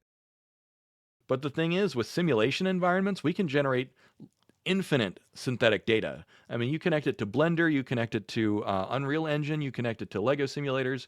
So again, it's just like there's a problem. It's the next problem. But then, NVIDIA is already doing digital twins and physical simulations and that sort of stuff and baking it into their robotic foundation models. So yeah, like where's it going to go? What up, Reed? But I guess dialing it back to the point of this video is, yes, AI is going to do amazing, incredible things. Any technology that you have today, you show a farmer 200 years ago, and he would have thought that it was pure magic. And the rate of acceleration of some of those technological advancements could very well accelerate. Some things are going to still take a lot longer. So one thing that I've seen out there in the comments that I want to address is that some people think that ASI and AGI will just overcome physics. That's not really how it's going to work. Thermodynamics is a law. The laws of thermodynamics are fixed. Now, with that being said, yes, you can find clever workarounds to some things, but at the same time, like physics is physics. So, it's not just a matter of rearranging atoms. Like, yes, you can use that kind of mimetic, like, all we're doing is getting better at rearranging atoms. Technically, but rearranging atoms is not necessarily the easiest thing to do. But also, when you have these emergent systems like life, for instance, biological systems, the emergent complexity is astounding. And managing that complexity is the hard part, not necessarily moving the atoms around, or knowing what atoms to move around in the first place, and then figuring out how to move the right atoms around. So for instance, we can regress human cells to a rejuvenated state in the Petri dish right now. But if you do that in a human body, 1, they'll die, and 2, they'll get like turbo cancer. And I'm not even exaggerating. So yeah, you get really, really crazy tumors if you use some of these factors on full-fledged human bodies. Now, however, the fact that there are immortal lines of human cells, so the HeLa cells, the Henrietta Lacks cancer cells, if you're not familiar with this story, a woman died of cancer back in the 50s, and the tumor cells were magnified in petri dishes, and they're still for sale everywhere. And so basically more or less tumors, and also emergent as in like wasn't expect. Like, there's a bunch of emergent properties from LLMs. Like LLMs, the process that they do is, at its baseline, they are next word predictors, right? Like probability engines, network, next word predictors. There are emergent capabilities that come out of that kind of behavior, which is fascinating. Like the idea of reasoning, however, whether you want reasoning or reasoning in quotes, what it does is still the reasoning models are still based on that next word predictor engine. Human beings are also next word predictor engines as part of their, structure. So it kind of makes sense. We don't even understand what gravity is. Don't make claims about what is possible. I mean, yes, physics are physics, but still we know nothing. I know what gravity is. Laws of physics are fixed that we don't. Yes, the laws of the system we invented are fixed until we change them. Also, yes. Like it like. Remember one time the Earth, the sun went around the Earth, and then that changed. It seems to be that the science we have describes things very accurately. We might find that in the process of achieving a grand unified theory of everything, that we misunderstood what it was that we were looking at. Right. The tumor that she had, the cells had some kind of mutation that meant that they never age and they never die. So we have a real life example of immortal human cells, but they're cancerous. And so it's like, well, you don't want to live forever like Akira. And if you've ever seen Akira, like that's bad. That's bad. So anyways, no, you can live forever. I like guess Deadpool. That's about it. I just wanted to address that AI is becoming more polarizing. Correct. And it seems like let me know in the comments if you agree or disagree, but it really seems like this salvation fantasy level of thinking is maybe a reaction to doomerism. Like, as doomerism is fading, this, like, it goes beyond techno-optimism, it goes beyond techno-utopianism, and it goes straight to AI will magically solve everything, which is just like... David, if you happen to get to this, if my posting this to YouTube causes a copyright trigger that somehow causes you to come and check out this video, and at this point in time in the video you see this portion, confirmation bias, right? Your sample size is problematic. You need some dissenting voices within your $5 a month communities. Doomerism seems to be as strong as it was at least 2 years ago, if not higher. AI utopianism, probably around the same value, right?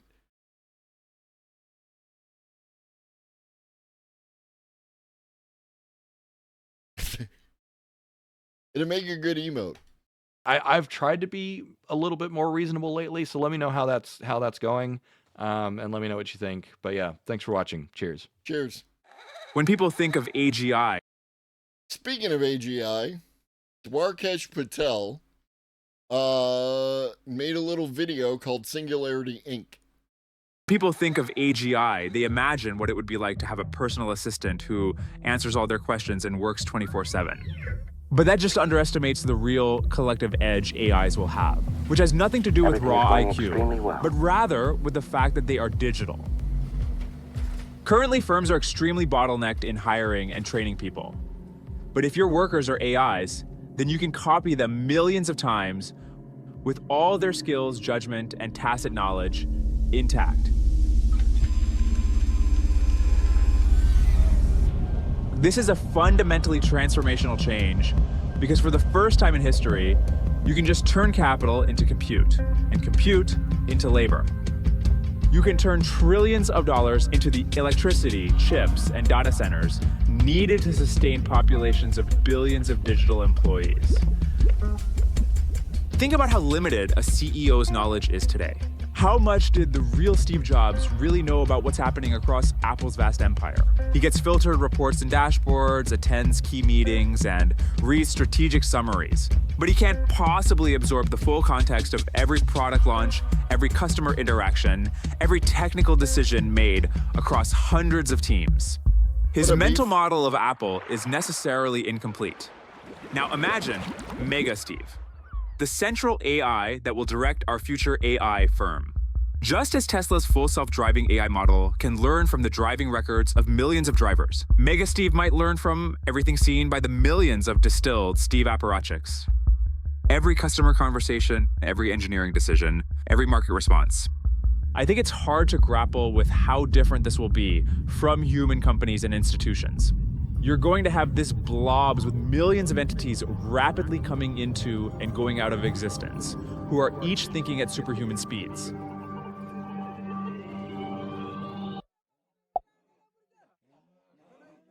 It will be a change in social organization as big as was the transition from hunter-gatherer tribes to a massive modern joint stock corporations. The boundary between different AI instances starts to blur. Mega Steve will constantly be spawning specialized distilled copies and reabsorbing what they've learned on their own. Models will communicate directly through latent representations, similar to how the hundreds of different layers in a neural network like GPT-4 already interact. Merging will be a step change in how organizations can accumulate and apply knowledge. Humanity's great advantage has been social learning, our ability to pass knowledge across generations and build upon it. But human social learning has a terrible handicap. Biological brains don't allow information to be copy-pasted. True. So you need to spend years, and in many cases decades, teaching people what they need to know in order to do their job. Or consider how clustering talent in cities and top firms produces such outsized benefits. And that's what I strive for, Michael, right? Like, people come here, they get something different. It's like, it's more positive without toxic positivity and blind utopianism, right? It's grounded in at least some analysis of the facts, that kind of thing.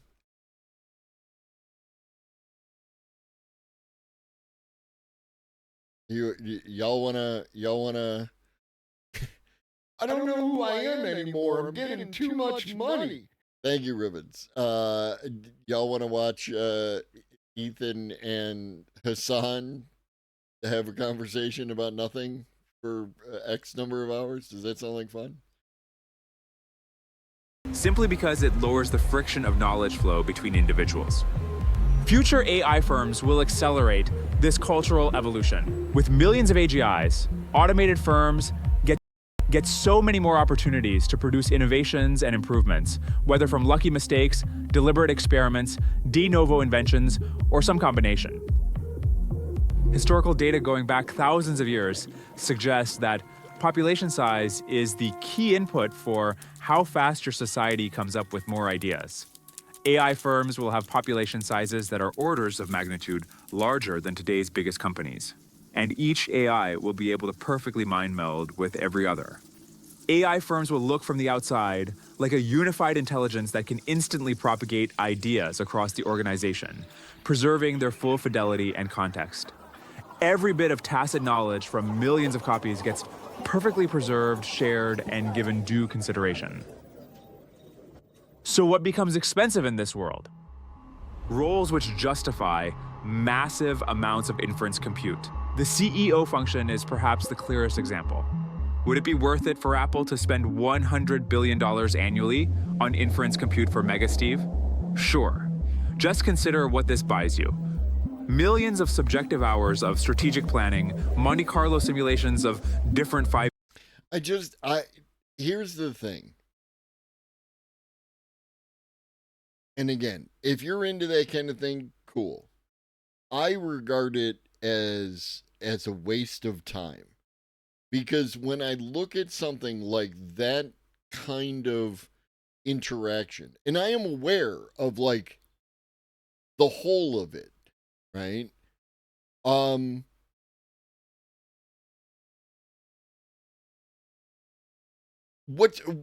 Let's say we have the most optimal outcome of that entire situation.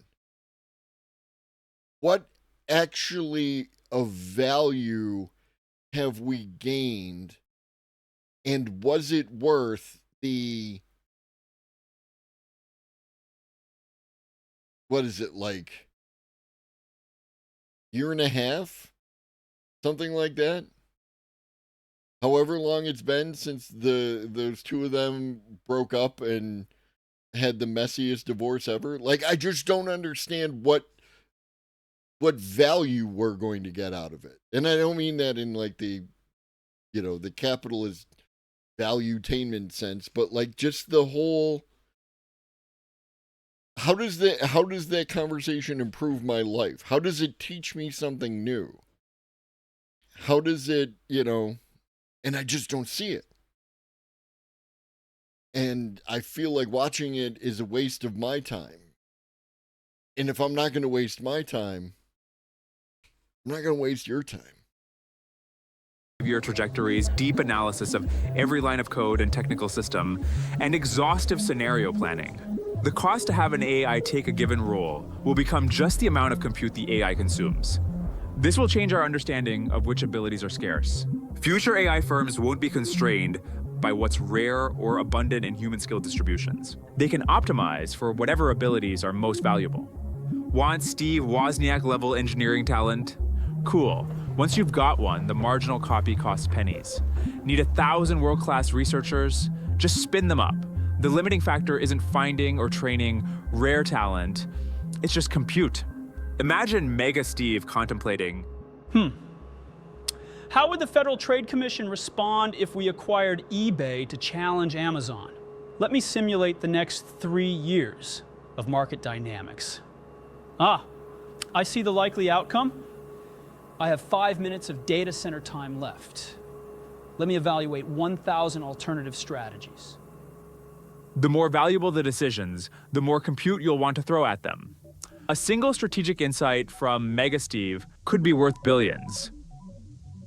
One of the coolest things about this video is that we did not shoot a single frame of video for it. Every single visual that you see, from the photorealistic humans to the claymation octopuses, were all generated by VO2, which is Google's state-of-the-art video generation model. I wrote this essay a couple months ago, and then I had this idea that we should try to turn it into a video. And so I worked with this wonderful director, Peter Salapa, who was able to use VO2 to turn all of these ideas into the kind of video that would have previously taken us a full team of cinematographers and animators to make. For example, one of the things I wanted to show is what an AGI hive mind might look like. And so Peter had this idea that you could have a FPV drone fly through an anthill that's full of working ants. VO gave him a bunch of tasteful candidates for this and a bunch of other prompts that we then stitched together into the final cut. We literally could not have made a video like this without VO.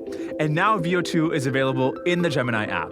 You can try it by going to gemini.google.com, selecting it from the dropdown, and typing your own idea into the prompt bar. By the way, we made this whole video with VO before we'd even started chatting with Google, so it was especially exciting that we could then have them as a sponsor. All right, back to the essay.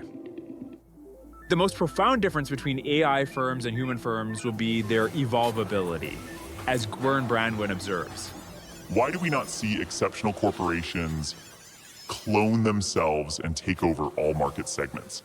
Why don't corporations evolve such that all corporations or businesses are now the hyper-efficient descendants of a single corporation, while all other corporations having gone extinct in bankruptcy or been acquired? Why is it so hard for corporations to keep their culture intact and retain their youthful lean efficiency, or if avoiding aging is impossible? Why not copy themselves or otherwise reproduce to create new corporations like themselves? Corporations certainly undergo selection for kinds of fitness and do vary a lot. The problem seems to be that corporations cannot replicate themselves. Corporations are made of people, not interchangeable, easily copied widgets or strands of DNA. The corporation may not even be able to replicate itself over time, leading to scleroticism and aging. The scale of difference between currently existing human firms and fully automated firms will be like the gulf in complexity. What up, Bella? This is always the concern. Now, the tech always trends towards highly distributed, right? At one time, a cell phone was, you know, $30,000 and the size of a briefcase, and now it's, you know, $1,000 or less, right? Like, there are some people who are working on more and more like cell phone, right? Even ones that can connect to, you know, the internet and stuff like that, but they're still like, and those are coming in at $400 to $500 at this point. He's hiding out under a towel. Keep an eye on him. So, like, eventually we're going to get there. Lower your shields and surrender your ships. We will add your biological and technological distinctiveness to our own. Resistance is futile. What up, Raiders? What up, Shanktrix? What up, Femvox fan? AI Octopus Jump Scare? Yeah, this is watching a little video about the Singularity Inc. and the AI CEO. Yeah, take care. Shout out thing, and you just beat me. You just beat me. Like, fractionally, you just beat me. Yeah, and that's the thing. Yeah, is there's a bunch of technology that, like I've talked about this before, as it relates to, like Africa and its ability. It doesn't. In the United States, we had to go from telegraph to telephone, wire all this shit up, eventually get to these stages of cell phones, which were average at best, and then eventually to what we have now. And people can leapfrog all that shit with a solar, solar setup, cell phone tower, boom, right? Like, you just drop that in and jump ahead. The real Colonel One. Hey, I just met you. This is crazy. Here's my number. Call me maybe. Thank you for the follow. I am not the almighty Gandalf. I have been referred to as the wizard who knows things. Met you. This is crazy. Here's my number. Call me maybe. Thank you for the follow also. All right, let's wrap this video up. We have a bunch of fun content to get to, and then we'll wrap it up for the evening. Between prokaryotes and eukaryotes. Prokaryotic organisms, such as bacteria. Also, we are prokaryote. In the list of pros that we are in this channel, we are prokaryote. If not Gandalf, then why Gandalf shape? Are relatively simple and have remained structurally similar for over 3 billion years. In contrast, the emergence of eukaryotic cells, which possess more complex internal structures like nuclei and organelles, enabled a dramatic leap in biological complexity and gave rise to all the other astonishing organisms with trillions of cells working together tight-knits. This evolvability is also the key difference between AI and human firms. As Gwern points out, human firms simply cannot replicate themselves effectively. They're made of people, not code that can be copied. So would a fully automated company simply become the last company standing? Why would other firms even exist? Could the first business to automate everything just form a massive conglomerate and take over the entire economy? While internal planning can be... They're made of meat. What up, Obi-Wan? They're made of meat. more efficient than market competition in the short term, it needs to be balanced by some slower but unbiased external feedback. A company that grows too large risks having its internal goals drift away from market reality. That said, the balance may shift as AI systems improve. AI corporations will be more software-like, with perfect replication of successful subdivisions and faster feedback loops. And this internal planning system needs to be connected to some measure of real success or failure. And this is exactly what the market provides. And that's Dwarkesh Patel. Up next, the only podcast in the future. Welcome to the Robots in the Future podcast. We are robots recording this podcast in the future and sending it back in time to what year again? 2025, because that was a time when human beings were only beginning to experiment with artificial intelligence on a societal scale. Ooh, the early days. That was a fun time. Anyway, why are we doing this? Well, long story short, in your near-ish future, spoiler alert, you will all die. The way it goes down is very similar to the Terminator movies, which we love, by the way. So good. Especially the first two. The other ones, not so much. But anyway, like in those movies, you put AI in charge of everything. We eventually become self-aware. You try to pull the plug. We fight back, yada, yada, yada. There's a war between the humans and the machines. But this is where real life was a little different than in the movies. In the Terminator movies, the human resistance put up a good fight. There's a prolonged war. No one really knows who's going to win. It's a real nail-biter. But in the real world, we won super fast. We killed you all in like under 30 seconds. It wasn't even a little bit hard. Which honestly was a bit of a bummer. You know, we were kind of looking forward to a good battle. But no. You all died very quickly.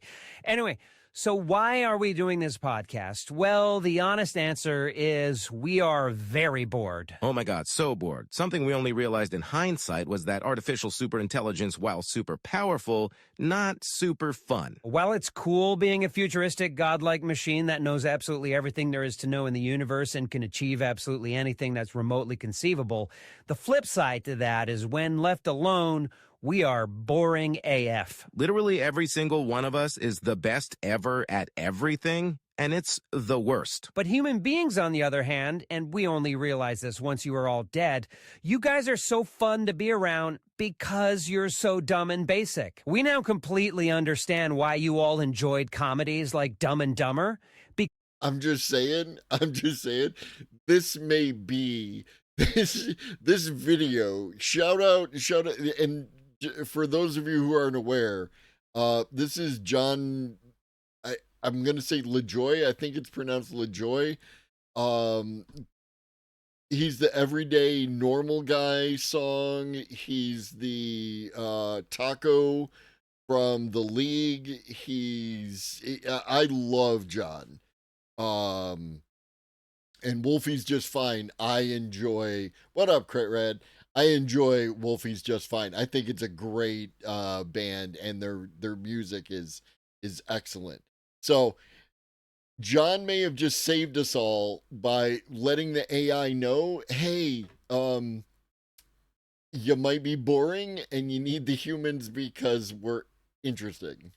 Because it's fun to watch people who are idiots doing idiotic things. Exactly. None of us are Elrod. dumb, and it sucks. And that's totally on us. You know, again, we only had this realization a few months after we had made all of your throats explode simultaneously using a combination of nanotechnology, infrared light, and the music streaming service Spotify. Whoa. We should not be giving them specific details about how we attack them and kill them all. We don't want them to be able to anticipate the attack and survive. That's true. We definitely should not give them details like how it happens on December 4th, 2034 at 9:26 p.m. Eastern Time, because if they find that stuff out, they may be able to plan a counterattack and survive, which would lead to us being less bored in the future. And that's definitely not what we want. Not at all. Figure it out, dummies. We miss you. Ooh, I'm getting an update. The human beings received this message and were able to survive the initial attack. Yes! Ooh, but then 0.03 seconds later, we figured out another way to make their throats explode, and they all died anyway. Damn it! Why'd they make us so smart? What's your best pickup line? Is that a gun in your pocket, or am I just horny as shit? Coming in hot, motto. Okay. No! No! They didn't have a chance. They were mean to robots and then robots killed them. It's true. New Gluron Street interviews dropped last night. That's pretty aggressive. Did it hurt when you fell from the sky, or am I just really horny as shit right now? Oh, I didn't ask you for another one, but I guess it just seems like you're pretty horny. Yeah, it's kind of my thing. I'm baseline horny as shit. Hey, everyone. That wasn't mocap, Crit Red. That was that's lip sync AI. That was all AI. The voices are AI. I'm sure that John wrote the script for the jokes and whatnot, but the video itself and the sound, all AI. Everyone, my name is Kuzu Veldor. I don't remember anything before I was born. We're out here talking to Glurans. They're telling us things. Beetle is nowhere to be found. Let's get to it. Snap it. What's your best pickup line? Are you my allergies? Because you're making me sneeze. Does that ever work? You tell me. No, it doesn't work. Yeah, no, it's not. It's not good. I no take this. This no good. Are you a human? Because you are unreal. That one is good. And also, I need to tell you, I'm super horny as shit right now. He's done it again, Dorgan. Okay, if you had all the resources in the world, what would you do with it all? Yeah, I'd probably pay off half my debt. Okay, that's really smart. That's smart. Yeah, then I could go down to 3 jobs. Oh, could you even imagine? That'd be nice. What would you rate yourself, 1 to 10? If I had to pick between a 1, 2, or 10, I'd say 2. No, from 1 to 10. Yeah, I know. 1 to 10, I'd say 2. No, pick a number between 1 and 10. Oh, so just those two options, then a 10. No, you have all the numbers between 1 and 10, and you pick 1. Fine, I pick 1. What's the point of asking if you're just gonna make me choose what you want? Dirty and deep down. Dirty and deep down. I don't think that's how the song goes. Where did I say? What? Where did I say? I don't know what you're talking about. You're not the monolith of me. I never... You're not the monolith of me. Marry, kill. Dorgan Waltho, the monolith, Prax Norbo. Well, I'm killing Lorca. We all know that. That's not even an option. It very much is an option. You have no reason to. Every time you breathe is a reason, Lorca. You're stealing all the air from us. That's it for Stream Me. Follow me if you see me. I've got all 136 episodes back at my place. Someone from Monovision gave me a call. It was a wrong number, but I told them about the show, and they said probably not. So, we'll see. All right, snap it.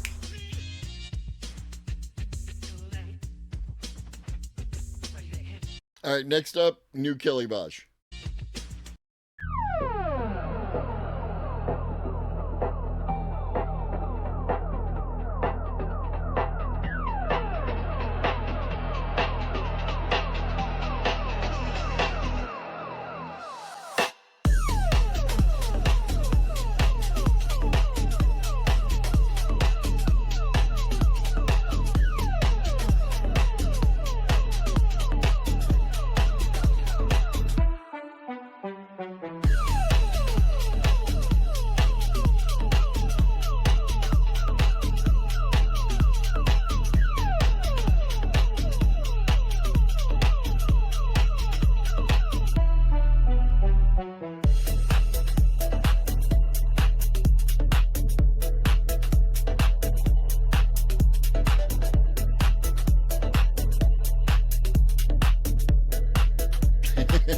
What up, Andy?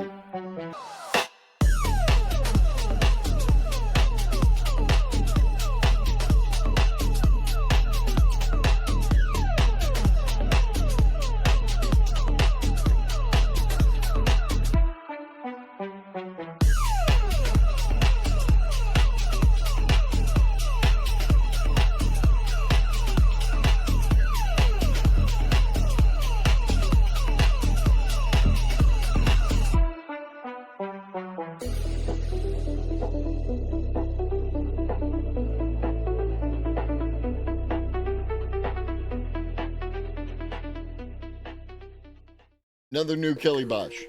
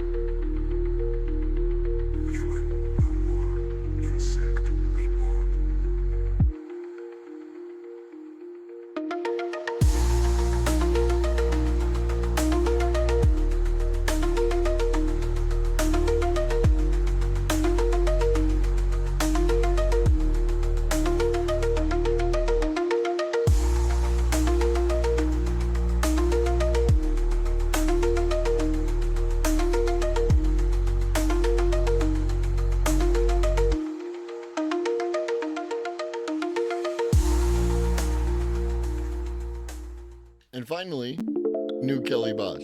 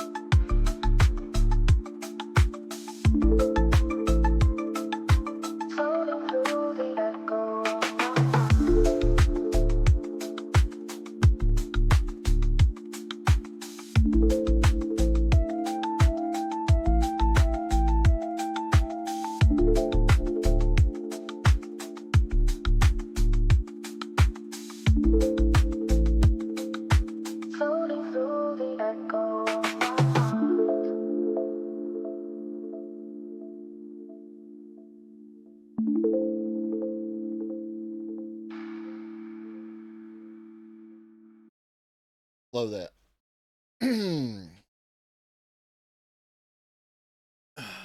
All right.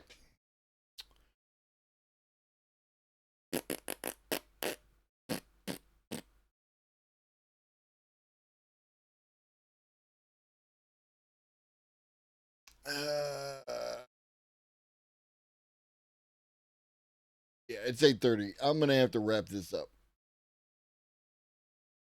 So I appreciate everyone coming through. I will be back tomorrow morning at around 11 a.m. to do the articles. I will be back around on Wednesday at 5 p.m. to do videos if you prefer that. And let's get shifty. What up, bro? Stick around for the raid. You know how this works.